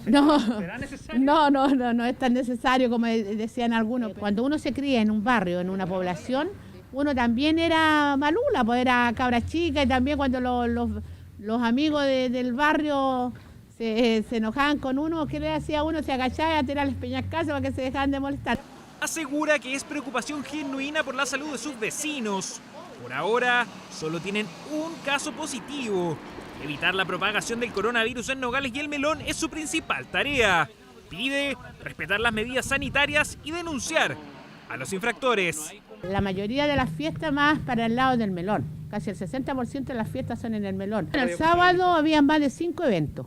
En el sector del Peumal, del sector de la Hacienda del Melón. Yo lo más que le pido a la gente, por favor, háganse una nota, vengan a hacer la denuncia, cosa que cuando lleguen digan, ¿dónde están las denuncias? Porque también, y otros que no quieren denunciar porque dicen, ¿qué voy a denunciar si al final al cabo no hacen nada? Está bien. Don Bernardo igual dice que está bien lo que ella está diciendo. Sí, la apoyamos, muy bien. El problema que es el llamado a la violencia que se hace entre los vecinos, porque si las personas ven a la autoridad máxima haciendo un llamado a que se agarren a piedrazos entre vecinos, ¿qué se puede esperar de la comunidad? No tiene para qué exagerar tanto la alcaldesa, pero ella es así la señora alcaldesa, es simpática así. Si bien aún no hay detenidos por infringir el toque de queda, Carabineros ya ha cursado multas por ruidos molestos. Que a la fecha ya llevamos 11 personas infraccionadas al juzgado de policía local por mantener ruido molesto, música a alto volumen en horario nocturno. Son fiestas, generalmente son de familia, son grupos pequeños de familia. Creo que fue un error, creo que debe rectificar y lo hablaré con ella, no lo pude hablar en el día de ayer, pero conociendo a la alcaldesa y viendo el contexto del video, A mí me pareció más bien una metáfora muy en el estilo de la alcaldesa. Por ahora, la alcaldesa anuncia que aumentarán las fiscalizaciones en la comuna, con el objetivo de terminar con los carretes y reuniones nocturnas. No me ganen tomar la cabeza. Solamente voy a empezar a dar video de todos los días de los contagiados que hay. Vamos a noticias internacionales. El secuestro y liberación de una joven divida a Italia. Su regreso a casa fue aplaudido naturalmente por los italianos después de estar 18 meses en cautiverio en Somalia.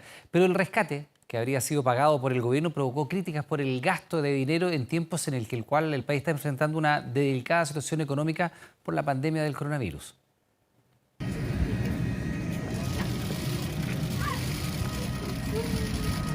Con este abrazo cargado de emociones, la familia de Silvia Romano puso fin a 18 meses de angustia por su paradero. La joven originaria de Milán llegó este domingo a Italia, donde fue recibida por el primer ministro Giuseppe Conte y el canciller, con quien chocó codos. La historia de su secuestro y su liberación se convirtió en una luz de esperanza en medio de las desgracias de la pandemia. Sin embargo, no todos están felices con su rescate. Gracias. Sto bene, per fortuna, sto bene fisicamente e mentalmente. Ora voglio solo stare tanto tempo con la mia famiglia. Silvia Costanza Romano es una mujer italiana de 25 años. En noviembre de 2018 se encontraba en Kenia trabajando con una ONG que busca proteger a niños abandonados. Una noche, un grupo de guerrilleros ligados a Al-Shabaab, una rama del grupo terrorista islámico Al-Qaeda en África, atacó la pequeña villa en la que trabajaba y la secuestró. I remember the day they came and asked for Silvia, and they took her, they beat her, and they went away with her. But now we are more happy that she is alive and she is safe. La joven fue llevada desde Nairobi hasta la capital somalí, donde permaneció 18 meses en cautiverio. Constantemente la cambiaban de casa para confundirla, aunque ella aseguró que nunca recibió malos tratos ni abusos de parte de sus captores. Abbiamo avuto dei segnali anche delle prove della sua esistenza in vita, ma sono operazioni che vengono condotte col massimo riservo. Qualsiasi notizia che venga filtrata prima potrebbe compromettere il buon esito. Poco a poco empezó la operación para rescatarla. El Servicio de Inteligencia Exterior de Italia negoció durante meses con los secuestradores hasta que finalmente la liberaron en Somalia. Su llegada a Roma emocionó a los italianos, que desde todo el país le mandaron mensajes de apoyo. Sin embargo, esa alegría duró poco. Grupos opositores al gobierno y afines al exministro del Interior, el ultraderechista Matteo Salvini, criticaron el pago por la liberación de la joven en tiempos en que la economía tambalea por la pandemia. Además, el país ve con preocupación que la joven se haya convertido al Islam y haya cambiado su nombre a Aisha en honor al profeta Mahoma del Corán. Siamo davvero lieti di aver dato il benvenuto a Silvia in un momento di grande difficoltà che il paese sta vivendo. Questo è anche un segnale di speranza, di fiducia, del fatto che comunque lo Stato c'è sempre. Para el gobierno, Silvia Romano hizo todo lo que pudo para sobrevivir y aseguran que una de esas acciones fue adoptar la religión de sus captores. La misma joven aseguró que fue fuerte y resistió, siempre pensando en volver a ver a su familia.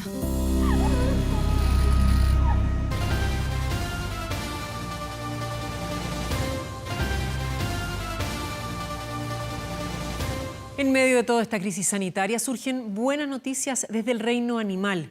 Más de 21.000 cisnes de cuello negro están habitando el santuario de la naturaleza de la región de Los Ríos, lo que representa un importante aumento generado por el cambio climático y la migración de esta especie a la zona. Estas bellas postales de cisnes de cuello negro se roban todas las miradas y vuelven a ser la atracción principal del santuario de naturaleza Río Cruces y Chorocamayo. Esta reserva de la región de Los Ríos es el refugio de más de 33.000 aves registradas hasta abril de este año.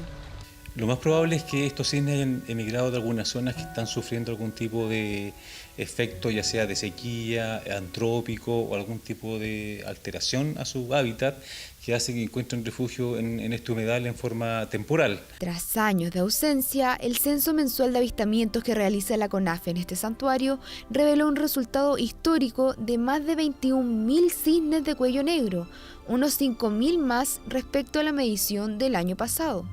Si bien la pandemia ha generado bajo flujo de visitantes y menos contaminación en el recinto, los principales factores de repoblación serían otros. Es algo que en forma natural está ocurriendo por la reproducción de los mismos cisnes en el santuario y por la reproducción de los cisnes de Valdivia que salieron a otras ciudades, que se reprodujeron en otras ciudades.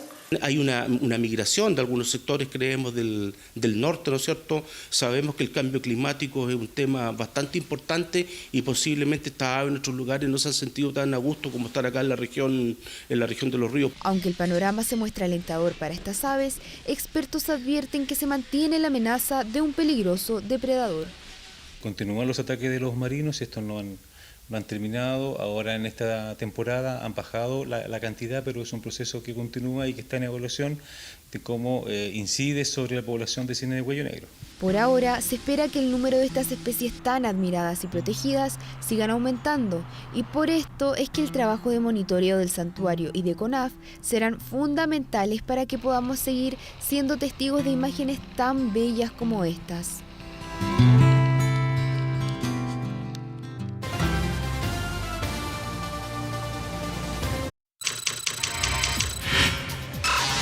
...24horas.cl.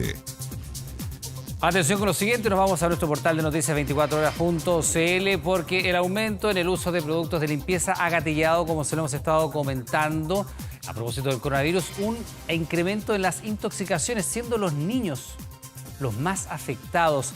En nuestro portal de noticias 24horas.cl usted va a poder encontrar todas las recomendaciones sobre cómo evitar estos accidentes caseros que son cada vez, lamentablemente, más frecuentes en nuestro país. Información útil con la cual estamos poniendo término a las noticias. Como siempre, le damos las gracias por informarse con nosotros. Que tenga buenas noches.